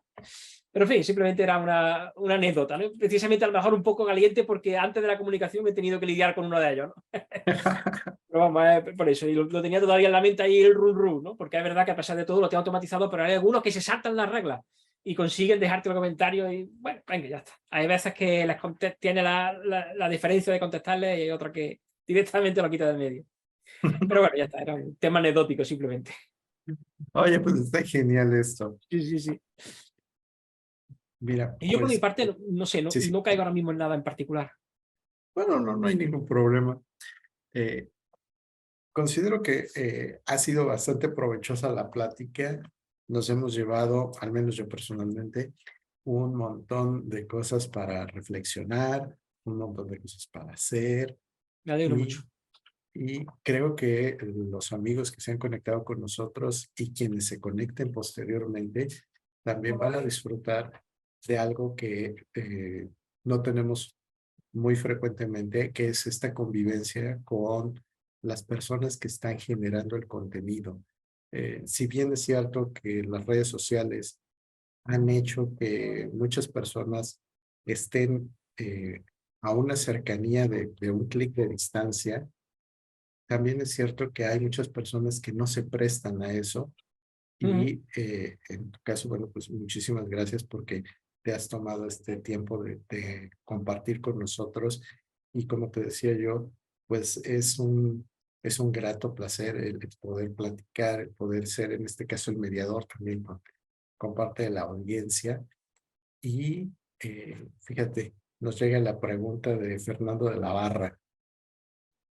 Profesor, una última pregunta. ¿Cuál sería su reflexión considerando su obra que pretende comunicar a sus lectores? ¿Qué pretendo comunicar a mis lectores con mi Sí, obra? Muy buena pregunta. Porque de hecho yo he reflexionado sobre eso muchas veces. Cuando, por ejemplo, leo citas de a lo mejor otros autores dentro de la obra, citas muy interesantes, ¿no? Que tienen a lo mejor un trasfondo así, no ideológico, pero sí un trasfondo que llega al corazón un poco, ¿no? Reflexiones profundas, filosóficas. En realidad, yo lo que busco con mi obra es que pases un mal rato. Simplemente. En realidad no intento ni adoctrinarte, ni mi intención, no. Al contrario, lo que quizás toda la lucha que yo pretendo en mi obra es por hacerte sentir lo más insignificante posible. Ese es mi objetivo, ¿no? No tengo ningún texto prácticamente, ninguna cita así que te haga reflexionar sobre la vida, que te despierte y que te haga ser una mejor persona. No, tampoco lo contrario. Simplemente suelo centrarme bastante en nuestra insignificancia y en lo fútil de prácticamente todos nuestros intentos por intentar cambiar una cosa que no se puede cambiar, ¿no? De hecho, voy a remitirme abajo nuestros pies en la primera. Quiero recordar aquí cómo empieza la sinopsis, que es precisamente lo que estoy diciendo, ¿no? La sinopsis empieza tal y como empieza el libro, ¿no? Que empieza con una cita del personaje principal, del protagonista, que dice: y aunque mi increíble empresa lograra terminar de modo satisfactorio, no crea que habremos escapado, por tanto, de nuestro terrible final, pues no es posible huir de aquello que no puede ser evitado. La intención mía en todo momento es el causarte un mal rato por la inevitabilidad de todos los hechos a los que te enfrentas, ¿no? Y el poco control que tenemos sobre ellos, ¿no? Evidentemente, hechos de índole bastante inconmensurable, ¿no? Bastante de horror cósmico, ¿no? Pero no pretendo dar lecciones ni nada. Pretendo simplemente que el lector pase un mal rato. excelente. Pero un mal rato, eso sí, un mal rato bien. No un mal rato porque no le guste, sino un mal rato porque disfrutado, un mal rato disfrutado, un escozor disfrutado. Oye, ese es otro punto bien interesante. A nosotros nos encanta eh, atemorizarnos, nos divierte desde los juegos mecánicos, desde películas, literatura. ¿Por qué crees que nos guste tanto? Precisamente porque tenemos control sobre esa situación peligrosa.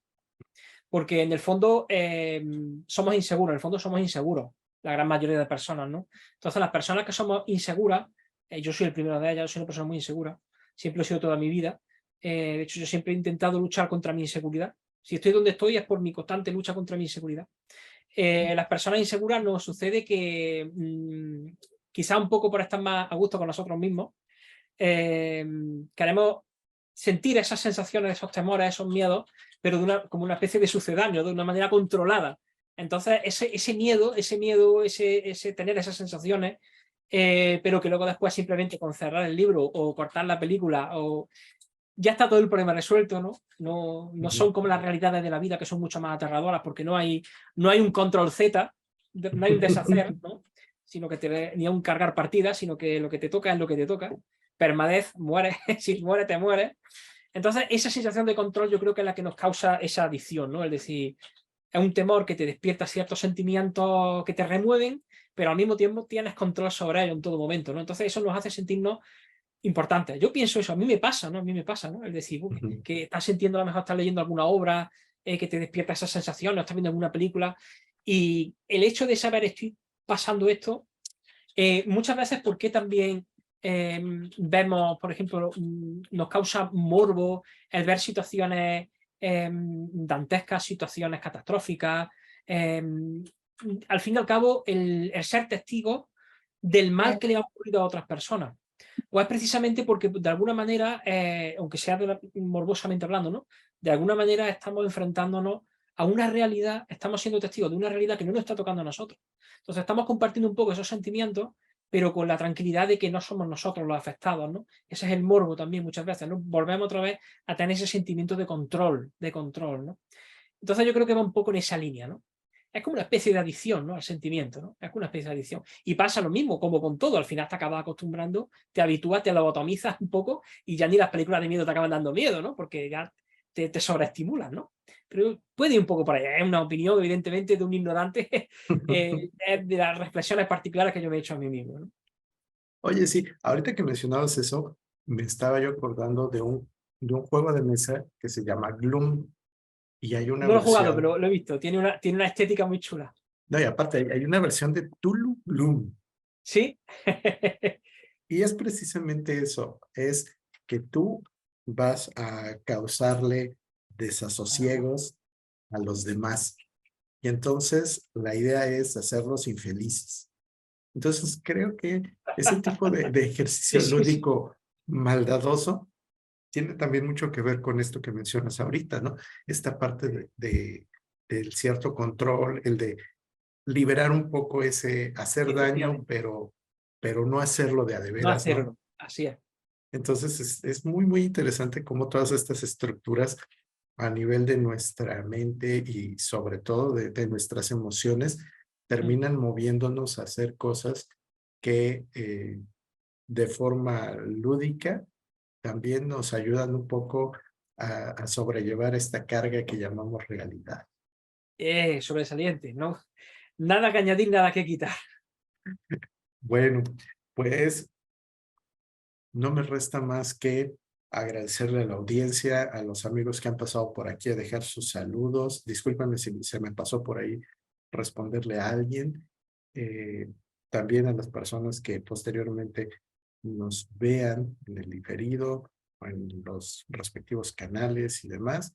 Pues muchísimas gracias por tomarse el ¿Mm? tiempo de estar aquí platicando con nosotros en el chat, con las preguntas y con todo lo demás. Y sobre todo, pues muchísimas gracias a ti, Francisco, porque pues Un placer. es verdaderamente un honor que hayas estado con nosotros en el festival. Ten por seguro que para las próximas ediciones te vamos a invitar con suficiente tiempo para que hagamos cosas más interesantes, no porque este no sea suficientemente interesante, sino porque hay muchísimo por hacer y sobre todo también porque es la posibilidad de que sigamos comprobando que el terror cósmico a más de 100 años sigue vivo. Hay personas que, como tú, adoctrinan a la gente en el buen sentido de la En el palabra. buen sentido. Y pues bueno, De hecho, hay mucho, eso es de las cosas que más me congratulan, más me enorgullecen y más honrado me siento cuando personas que me han conocido a mí antes que conocer al gran maestro han empezado el horror cósmico por alguna de mis obras. Eso para mí es misión cumplida, para mí es el éxito rotundo, cuando a través de eso dicen, ostras, me encanta este subgénero, quiero seguir explorándolo, y entonces pues ya empiezan a leer la obra del círculo, etcétera, etcétera. Eso es muy positivo, así que es verdad que si más adelante podemos seguir comprobando que esto sigue funcionando. claro que sí. Y bueno, eh, el resto de la semana todavía tenemos actividades. Mañana toca lectura en voz alta en la librería Hiperión. El sábado, juegos de rol. Domingo, ya saben, nuestra charla con Fernando de la Barra desde Bolivia y con Irat Ramírez acá del puerto de Veracruz. Y la próxima semana más novedades. Así que no se despeguen del festival, continúen viéndonos si es que no pueden estar físicamente y si pueden, pues los esperamos. Fuera de eso, lo único que me resta es despedirme como normalmente acostumbro. Por favor, tomen café, que sea café de grano y si es café de Veracruz, mucho mejor. Y que los dados no dejen de rodar.